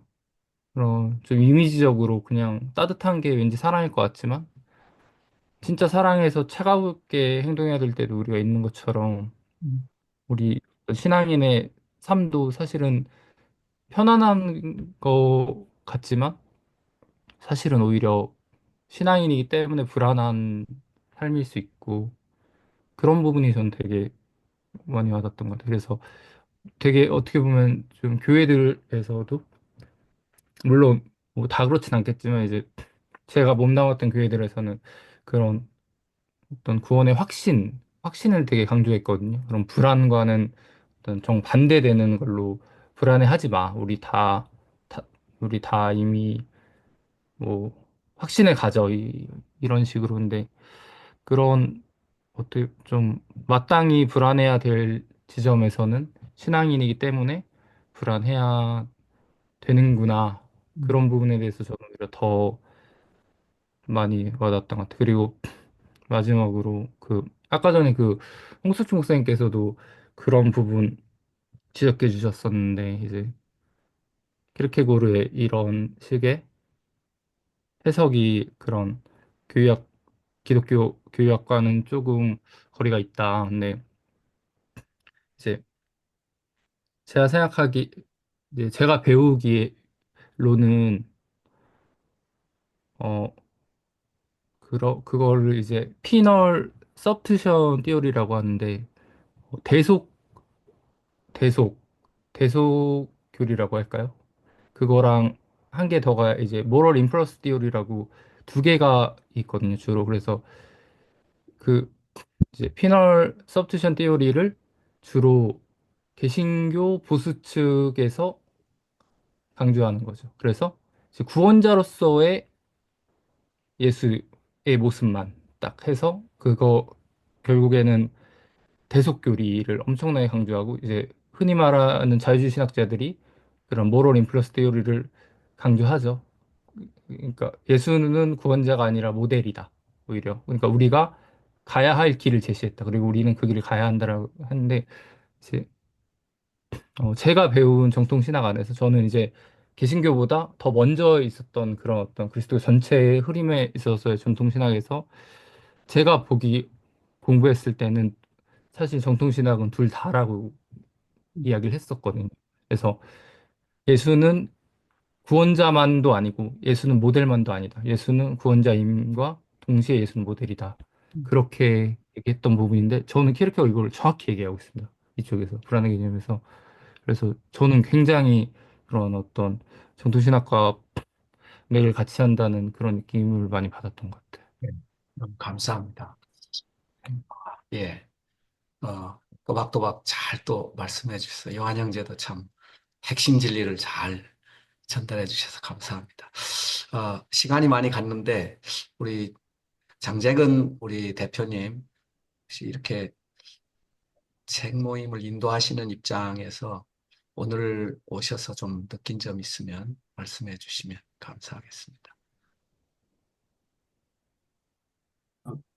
네, 그 정리해 주신 것도 그렇고 말씀 잘 들었습니다. 저는 사실 책을 안 읽어서 뭐 다 물론 다들 이렇게 다 이해하는 거가 아니라고 이렇게 얘기하시지만 그 반의 반도 못 따라간 것 같아가지고 엄청 불안한데 그런 느낌을 받았습니다. 그냥 제가 얼마 전에도 그 콘클라베라는 영화도 봤었는데 그 그러니까 사람들이 확신을 가지고 어떤 확실성을 추구하는 사회 그런 어떤 어, 어떤 행태를 이렇게 본능적으로 가지게 되는 것 같은데 또 불안을 이렇게 심도 있게 얘기를 또 듣다 보니까 또 그게 또 떠올라서 거기 이제 주인공은 계속 불안해 하거든요. 그리고 그걸로 나아가야 된다고 어, 믿는 것 같았어요.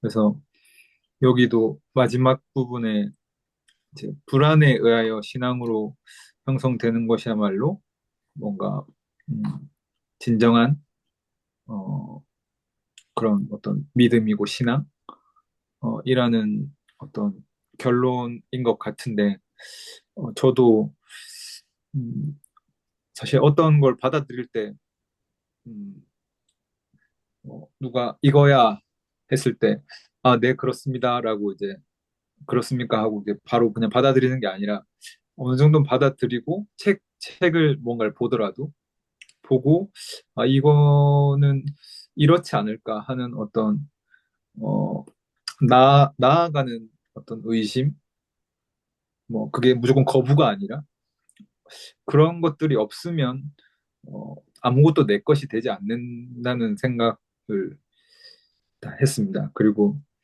저도 그렇게 좀 믿음을 가지고 싶고 신앙생활을 이렇게 해야 된다는 생각을 네, 했습니다. 네, 오늘 말씀 다 나눠주셔서 감사합니다. 네.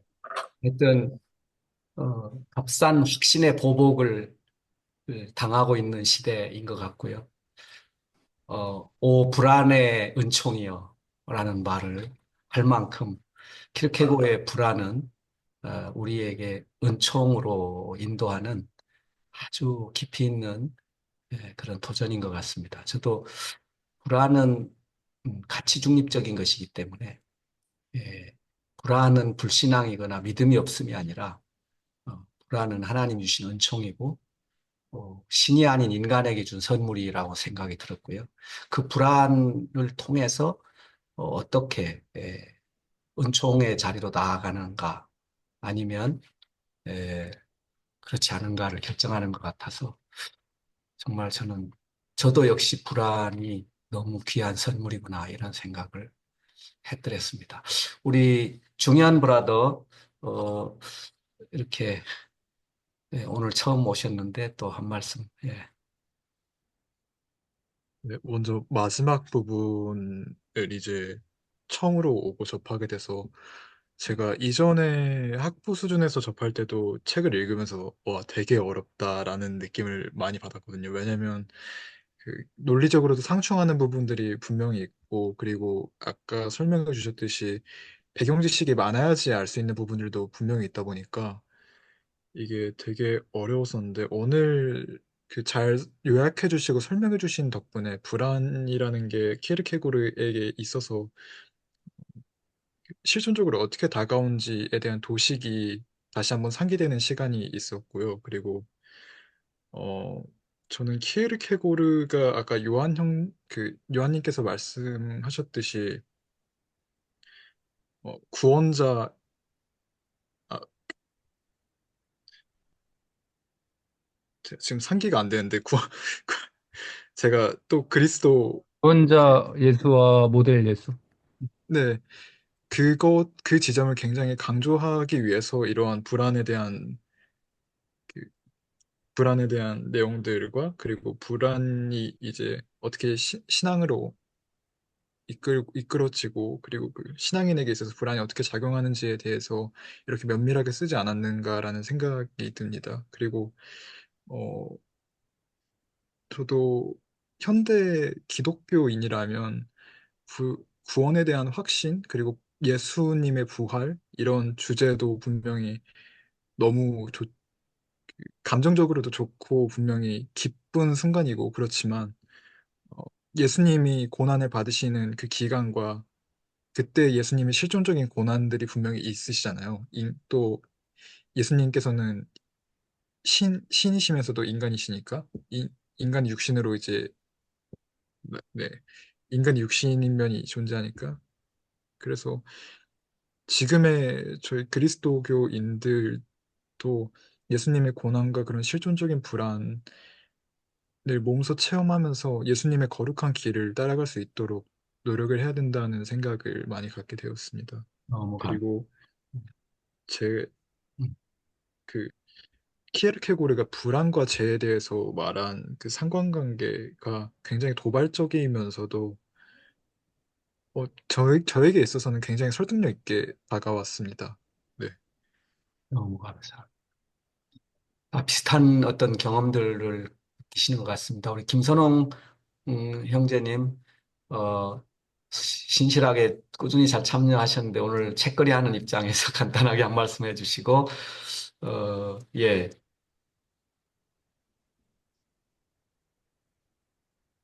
아, 스피커가 안 되네요.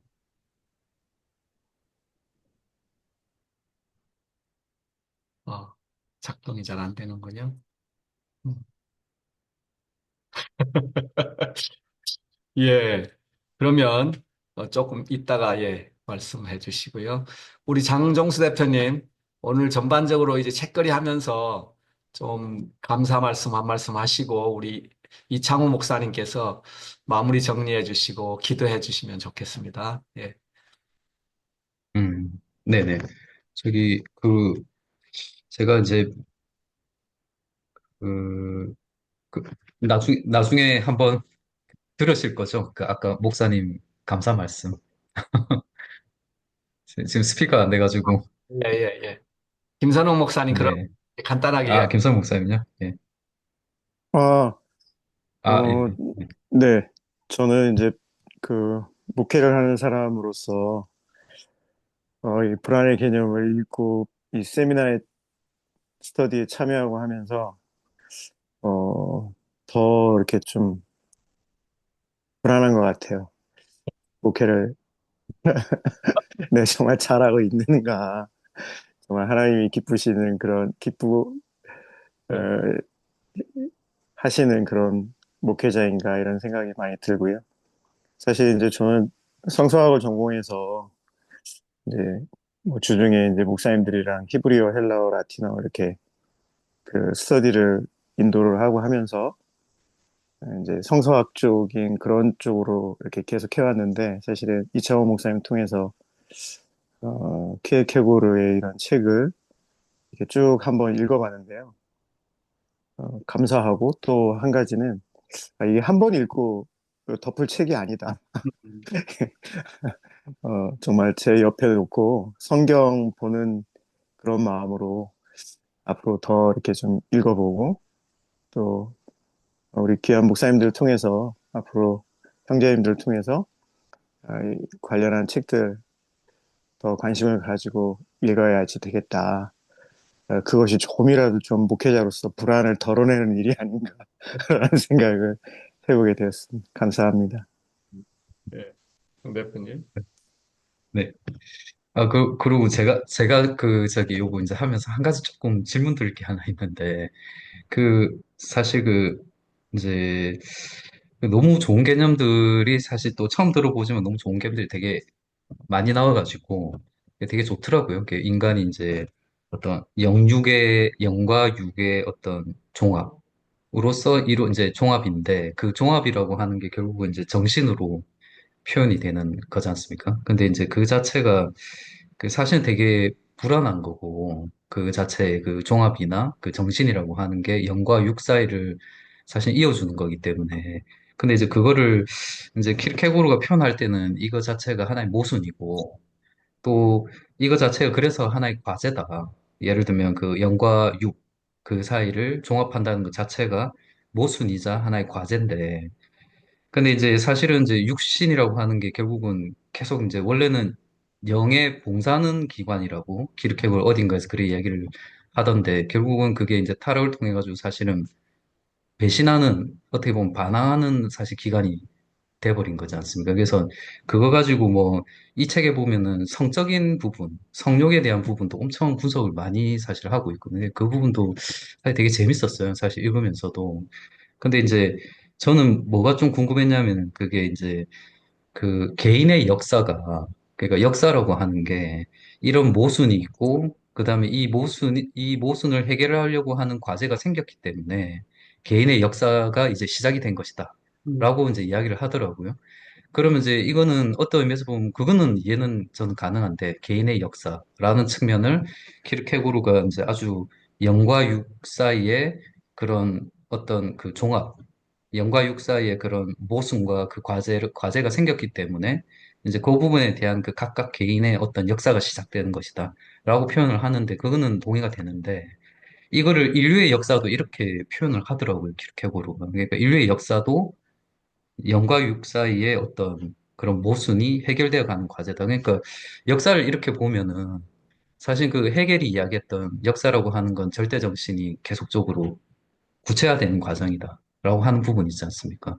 그러니까 우리가 보통 그냥 상식적으로 느껴도 역사라고 하는 거는 계속 인간이 시행착오를 통해 가지고 뭔가 좀 불편했다, 뭔가 잘못됐다고 하는 부분 계속 고쳐서 집어넣고 자유가 확장이 되고 그러면서 역사는 조금씩 개선이 된다라고 하는 건 되게 상식적으로 뭐 비슷한 상식적으로 좀 이해가 되고 그런 의미에서 보면 저기 헤겔이 역사라고 하는 건 절대 정신의 현현이다라고 하는 부분도 그런 측면에서 보면은 사실 아주 설득력 있는 부분 아닌가라는 생각이 드는데 키르케고르 그게 되게 반대를 했다고 하고 근데 이제 키르케고르가 역사를 이야기할 때는 영과 육의 종합이 가지는 그 모순이 과제로 떨어졌고, 그거를 사실 해결해 나가는 그 과정 자체가 역사다. 이렇게 표현을 한다는 게 개개의 인간에 있어서는 조금 이해는 되지만 이걸 역사로까지 연결시킨다는 게 이게 조금 이상하지 않나 이런 생각이 조금 들더라고요. 그래서 그거는 한번 여쭤보고 싶었었어요. 혹시 키르케고르의 역사에 대한 어떤 관점이 있는지 이런 부분 있지 않습니까? 좀 번외로 조금 궁금해서 한번 이창 네. 목사님께 한번 예, 질문 드립니다. 이목 예, 이 목사님. 예, 간략하게 말씀을 드리면요. 그 불안의 개념의 영역본에 보면 이렇게 나와 있습니다. 개인이자 인류인 것이 상태로서의 인간의 완전함이다. 음, 그러니까 개인이자 인류인 것이 상태로서 고려된 인간의 완전함이다. 이게 주장을 하고 있거든요. 그러니까 이게 얼마나 중요한 이게 진술이냐면요. 사실 동물은 전부 다 숫자로 표현된다고 얘기를 하거든요. 동물은 독특성이 존재하지 않아요. 그 개인만, 인간만 고유한 존재라고 이야기를 합니다. 그래서 인간과 동물의 차이를 가장 궁극적으로 구분하는 것이 어떤 인간의 보편적인 거라고 하면 그것이 인간을 설명해 주는 게 아니고 인간을 진짜로 설명해 주는 것은 각각의 인간의 고유하고 독특한 본질이 있어서 이것이 인간끼리 절대 비교 불가능하게 하나님께서 하나님의 형상대로 인간을 만들어 놨는데 그걸 범주화시키는 건 인간뿐이라고 얘기를 합니다. 도저히 비교할 수 없을 만큼 그거를 만들어서 그거를 어떤 발전 개념, 이것을 역사적 발전 개념을 만들어서 이걸 진리의 발전 과정을 만든 게 해결인데 그래서 키르케고르는 모순이 어떻게 강조가 되는가를 이 부분을 이해하시면 제가 볼 때 가장 중요한 부분 중에 하나가 역사 개념에 대한 저는 이해라고 생각을 하거든요. 여기서 해결의 그 진리는 어떻게 되냐면 역사란 정신의 자기 실현 과정으로 이야기를 합니다. 결국 이게 절대 정신으로 이 역사란 저 먼 미래에 완성된다고 이야기를 하는데 근데 이런 방식의 사유를 갖고 있는 게 거의 대다수 역사학자들이나 대다수의 어떤 사람들은 전부 다 이 관점을 갖고 있습니다. 해겔만 이런 관점을 갖고 있는 게 아니고 아마 개혁주의나 이런 데서도 결국은 뭐냐면 창조 타락 구속 완성도 일종의 그 완성이라고 하는 걸 역사의 맨 끝에 놓고 있거든요. 그러니까 이런 점에서도 일반적인 신학도 그런 과정 중에 있다. 그리고 뿐만 아니라 어떤 유발 하랄이라든지 이런 사람들도 마찬가지고요. 지금 4차 산업혁명에서 얘기하고 있는 그런 특이점이 온다라고 한다든지 이런 모든 그 개념적인 것이 어떤 티핑 포인트를 넘어서 역사는 발전적 과정에 있다는 대전제 속에 이걸 이해하고 있는데 키르케고르의 역설이나 모순 개념을 제대로 이해하려면 키르케고르는 사실 이걸 거부합니다. 전면적으로 거부를 하는데 이걸 왜 거부를 하느냐? 진리에 관한 한 키르케고르는 2000년 전에 예수 그리스도에 의해서 이 모든 진리는 완성됐다고 봅니다. 그래서 이 완성된 거는 어떻게 나타나냐면 실제적으로 예수 그 요한복음에 나타나는 테텔레스타이라고 하는 이 단어 자체가 내가 진리를 완성했다라고 하고 그 키르케고르는 그걸 해석을 합니다. 그런데 그 완성했다고 하는 그 정확하게 그 지점에서 예수님의 제자들이나 수많은 사람들은 그 진리의 파멸을 봤다는 거예요. 완성이 아니고 그 순간에 진리의 파멸을 봤다. 여기서 굉장히 중요한 부분 중에 하나가 여기 말씀드린 게 똑같습니다. 개인은 인류이자 어, 개인이자 인류라고 하는 그런 관점적인 거에서 모순이 나타나는 것처럼 이 역사에서도 뭐가 나타나냐면 예수 그리스도만 영혼의 관점에서 보면 이게 진리는 이게 완성인데 인간의 유한성 관점에서 보면 이것은 파멸이라는 거예요. 진리의 파멸. 그러니까 이 파멸과 완성이라고 하는 거는 뗄래야 뗄 수 없는 모순적 관계로 변증법적으로 엮인다는 겁니다. 그런데 여기에서 이거를 어떤 하나를 풀거나 이걸 완성으로만 읽거나 이걸 파멸로만 읽는다. 여기에서 기독교의 타락이 온다고 이야기를 합니다. 기독교는 이 모순을 풀 수 없다고 이야기를 합니다. 시간과 영혼은 풀 수 없는 과제예요. 유한과 무한은 뗄래야 뗄 수 없이 그것이 완전히 묶이기 때문에 이거에서 오는 일종의 불안 개념을 논하고 있는 게 사실은 이 불안의 개념 마지막 장도 저는 이 부분과 관련이 있다고 생각을 하거든요. 그래서 제가 이게 제 말로 만약에 하면 이건 저 미리 말씀을 드리는 거를 이걸로 그냥 끝내려고 하면 좋을 것 같은데 저는 마지막 장이 성령론이라고 생각을 하거든요. 여기서 나타나고 있는 섬기는 정신, 봉사하는 정신은 기독교적인 용어로 옮기면 섬기는 영이거든요. 이 섬기는 영이 불안을 몰고 와요. 이 불안을 몰고 오는데 저는 이거를 가장 쉽게 설명하면 저는 자베르의 자살을 이거에 대입시키면 가장 잘 설명할 수 있다고 생각을 하거든요. 그래서 여기 자살 얘기 나오는데 이 영혼이 오고 몰고 오는 이 불안을 많이 대처하지 못한다. 자베르처럼 자살을 합니다. 근데 자베르의 별이라는 노래가 있으니까 한번 들어보세요. 자베르의 별을 들어보시면 알겠지만 자베르는 형사로서 하나님의 뜻을 실행한다고 생각을 했습니다. 본인이. 자기가 하나님의 뜻밖에 있다고 생각한 게 아니고 장발장을 죽이고 처벌하는 게 하나님의 뜻이야. 라고 해서 그는 그걸 했거든요. 근데 맨 마지막 장면에 보면 소설에는 그렇게 나옵니다. 하루 종일 그 강에서 다리에서 그 고민을 했대요. 무슨 고민을 했느냐? 자기의 은인인 장발장을 체포해야 될 것이냐? 아니면은 형사로서 영혼과 유한과 무한을 개념으로 이걸 생각해 보시면 될 것 같아요. 유한성 속에서 난 형사야. 형사의 직분으로서 나는 그 사람을 체포해야 될 의무가 있어. 그런데 영혼의 관점에서 보면 나는 하나님의 뜻을 따르기 위해서는 그를 용서해야 돼. 그를 체포하면 안 돼. 이게 바로 모순이고 여기에 들어있는 어떤 역설적 측면이 있습니다. 어떤 것 하나를 선택할 수가 없어요. 내가 용서하자니 나는 형사의 직무를 어기는 것이고 내가 내가 그를 내가 그를 체포하면 나는 그 영혼의 의무를 또 실행하지 못하는 결과를 나와요. 그런데 어떤 걸 선택하도 이 모순은 풀 수가 없는 변증법적으로 엮여 있는 실존적 형태로 나타나거든요. 근데 그가 이두저도 못한 선택을 할 수 없을 때 그는 뭘로 떨어뜨느냐? 자살을 선택합니다.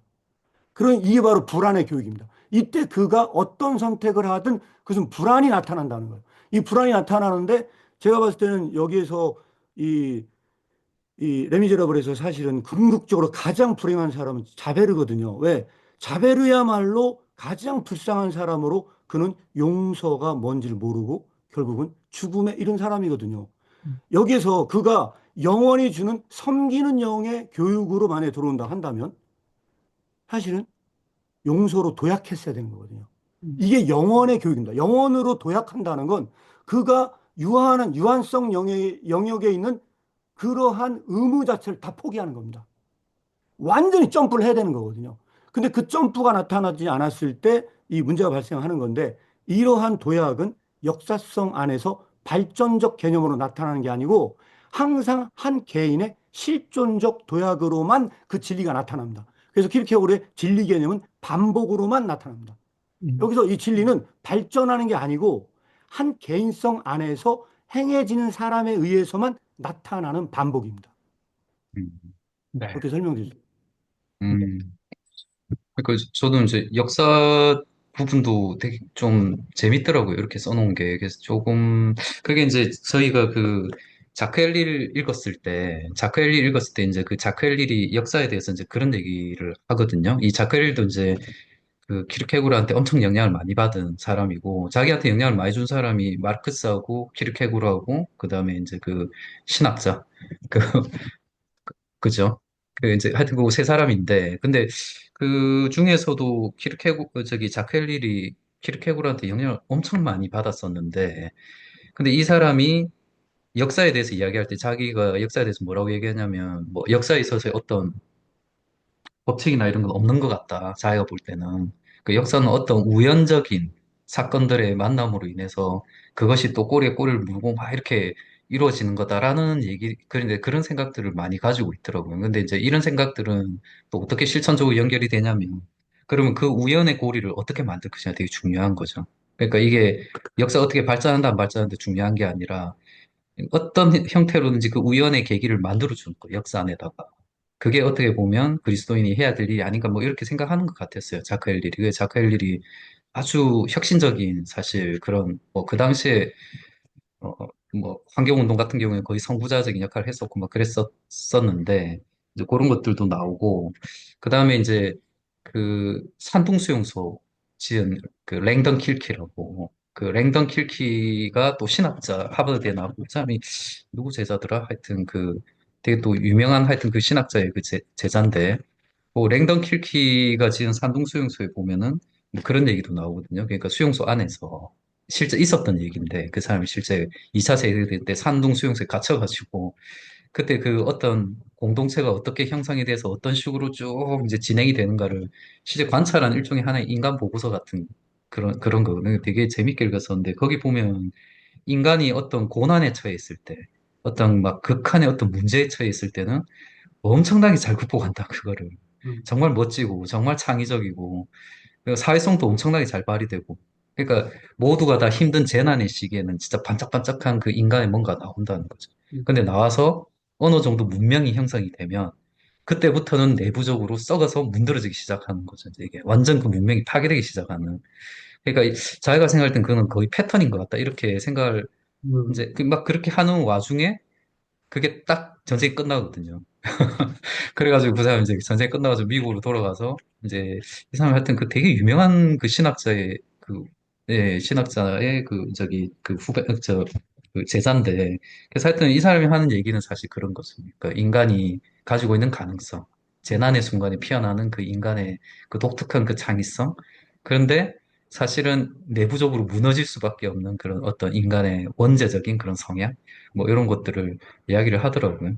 예. 그래서 예, 역사적으로 보면은 사실은 그런 것 같습니다. 아까 뭐 어떻게 보면 우리가 생각할 때 막 이렇게 발전하는 게 맞는 것 같은데 상식적으로 봐도 역사는 민주주의가 확대되고 자유가 확대되면서 예, 발전하는 게 맞는 것 같지만 본질적으로 보면은 그렇지 않다라고 하는 게 예, 오히려 맞는 것 같고 아까 목사님 말씀하신 대로 역사라고 하는 거는 진짜 그러한 키르케고르 같이 그런 어떤 특정한 그런 개인에 의해서만 그런 도약과 비약이 일어나는 것에 가까운 좀 비극적이긴 하지만 개인적 뭐 그렇게 보면 그런 해석이 좀 가능할 수 있지 않겠나 하는 생각이 사실 드네요.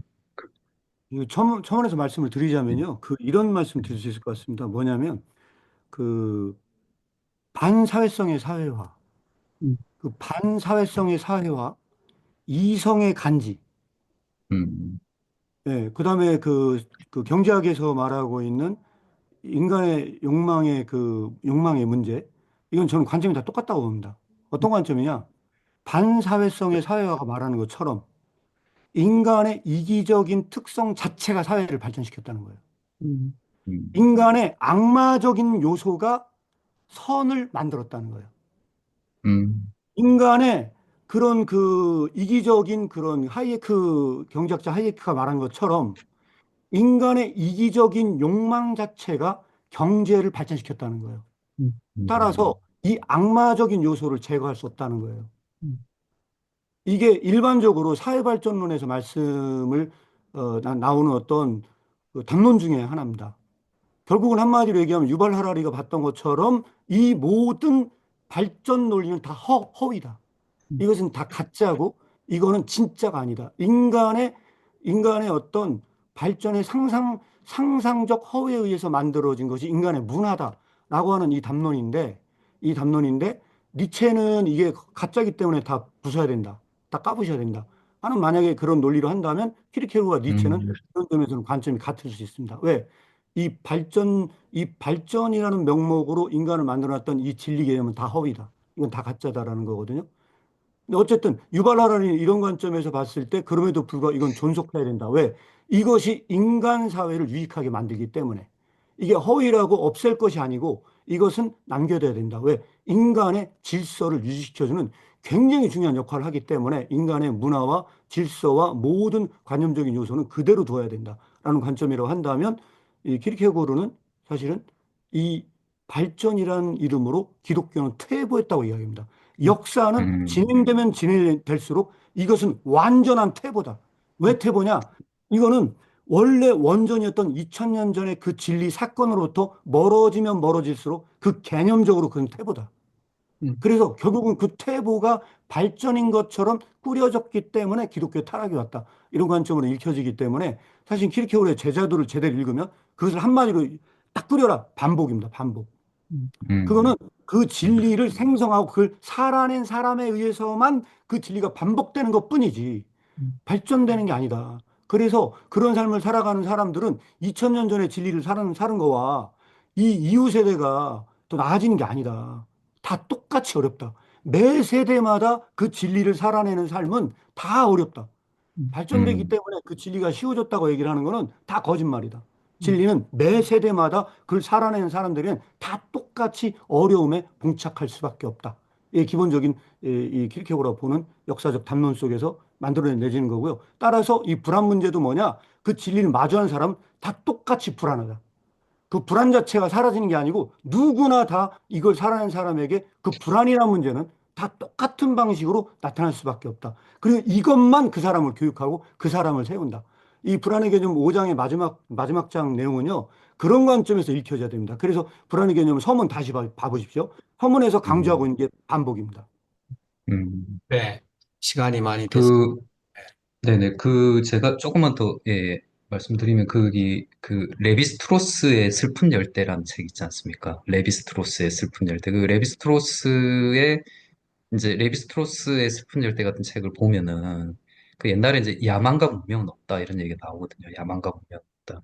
그러니까 이제 역사를 얘기할 때, 사실 그러면 뭐 문명은 야만보다 훨씬 더 역사적 발전이 됐냐 라는 부분에 대해서 레비스토는 절대 그렇지 않다고 뭐 이런 얘기를 하더라고요. 그게 이제 뒤에서 이제 그런 사고방식에 대해서 되게 반대하는 학자도 되게 많지만은 그럼 네 같으면은 다시 야만으로 돌아갈 수 있겠네? 뭐 이렇게 이야기하면 뭐 한번 접해본 사람은 사실 다시 돌아가긴 되게 어렵겠지만은 근데 사실 본질적으로 보면은 사실 스푼 열대에서 이야기하는 이제 그 야만에 대한 그런 그 사람들 있잖아요. 그런 사람들에 대해서도 사실은 우리도 되게 잃어버린 게 많고, 그 야만도 사실은 우리가 생각한 것 이상으로 되게 고도화된 사실 시스템을 뭐 이렇게 이야기하는 것 같아가지고.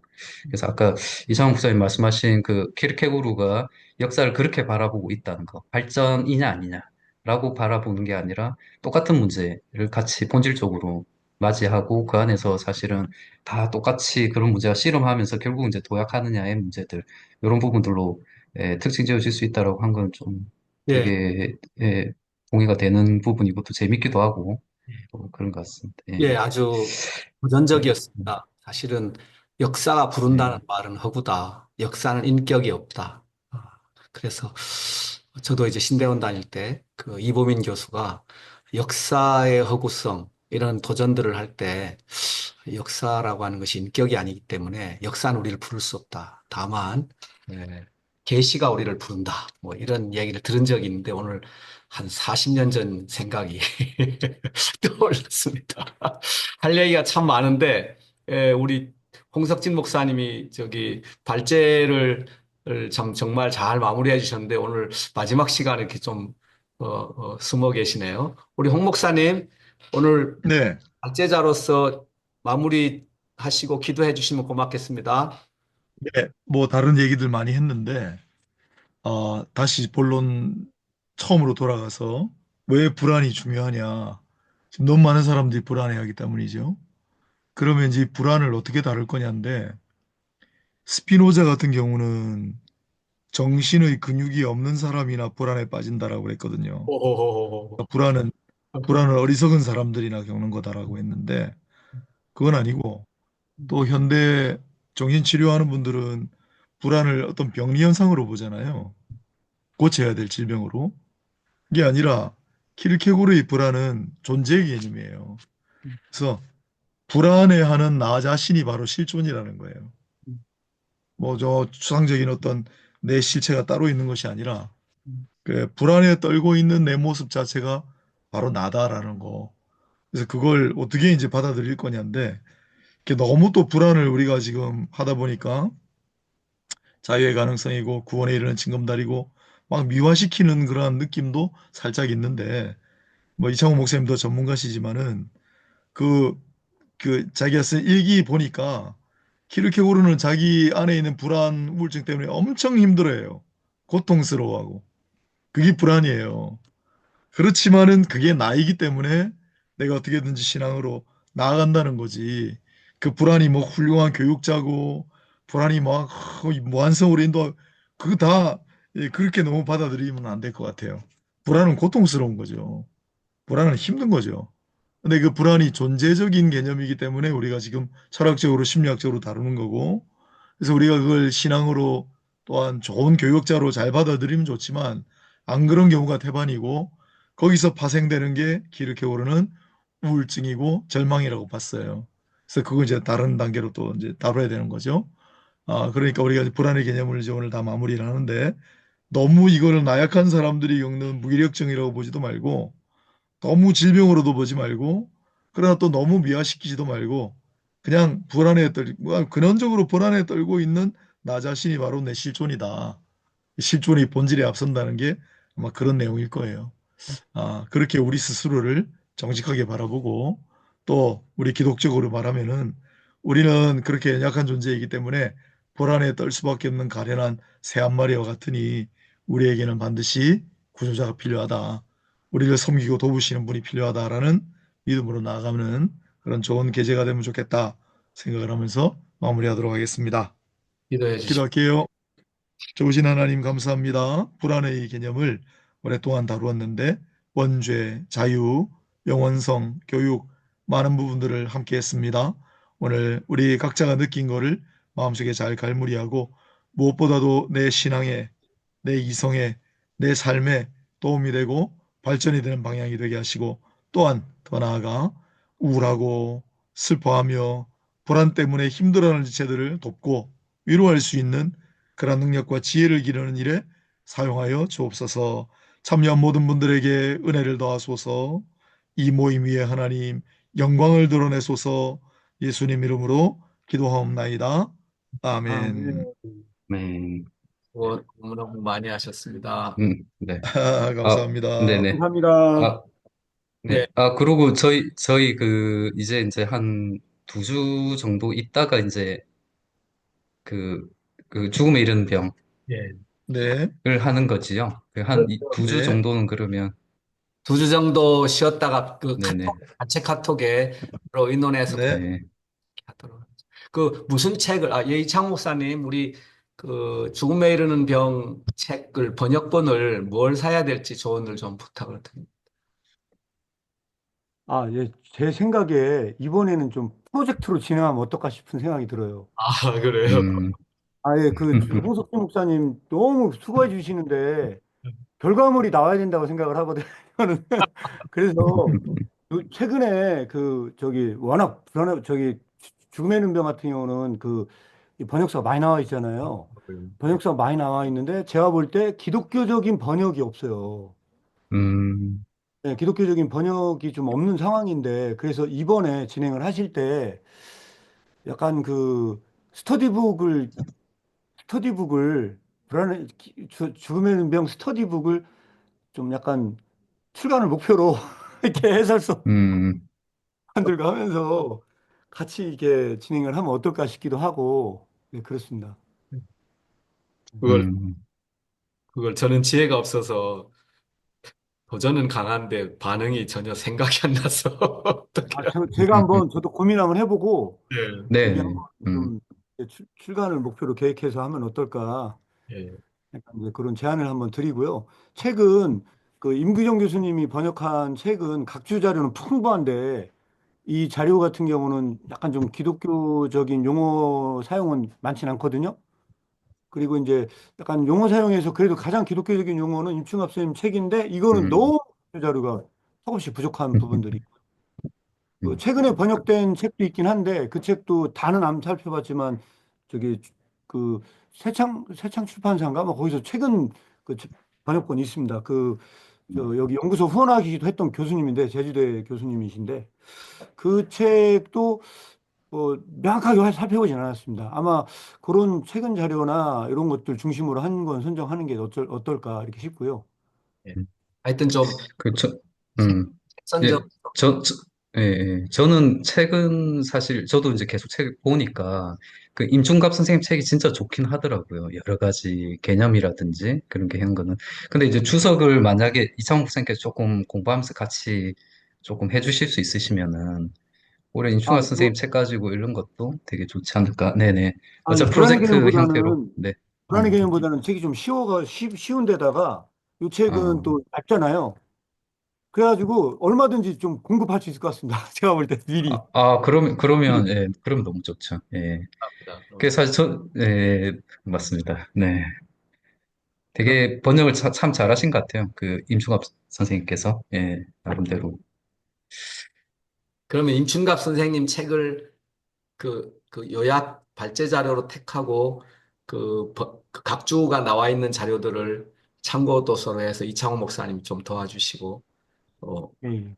발제는 홍 네. 목사님 그 다시 그럼 시작 부탁을 드립니다. 근데 프로젝트 북 형태로 하려고 그러면은 어떻게 하는 게 좋을까요? 그게 그 홍 목사님하고 이창 목사님께서 어떤 식으로 두 분이서 같이 하셔도 전 되지 않을까 싶은데 혹시 어떤 형태로 하는 게 그거는 혹시 생각하시는 게 있으시면 차후에 네네. 한번 이야기 나눠도 좋을 것 같고요.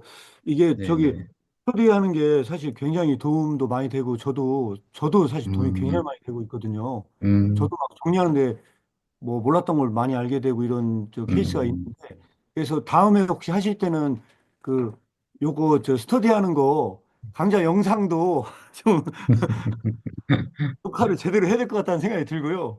이제 네. 그렇게 음, 했을 때 톡이 나왔을 때 누구나 이제 영상도 다 볼 수 있게 약간 그렇게 오픈식으로 하면 아마 국내에서 죽음의 이른병을 이렇게 하는 데가 없어요. 네, 없을 것 같거든요. 이제 그런 식으로 해서 만들면 굉장히 유익할 것 같습니다.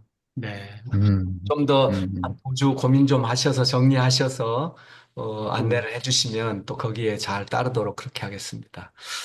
네.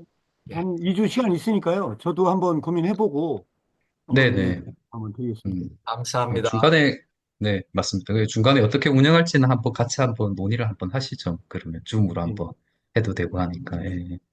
이창호 목사님 또 부산에 한번 오셔도 되고요. 예. 참, 미리 말씀드리면, 마민호 교수님이 부산을 꼭 가고 싶어, 한번 만나 뵙고 싶어 하시더라고요. 네, 그래서 한번, 청사가 되면 한번 내려가겠습니다, 저도. 오늘, 오늘 처음 참여해 주셨지만 열심히 함께 해주신 우리 귀한 분들, 다음에 할 때도 또 함께 할 수 있으면 영광이겠습니다. 너무 감사합니다. 수고하셨습니다. 예, 네, 아유, 수고하셨습니다. 감사합니다. 네, 고생하셨습니다. 감사합니다. 네, 네.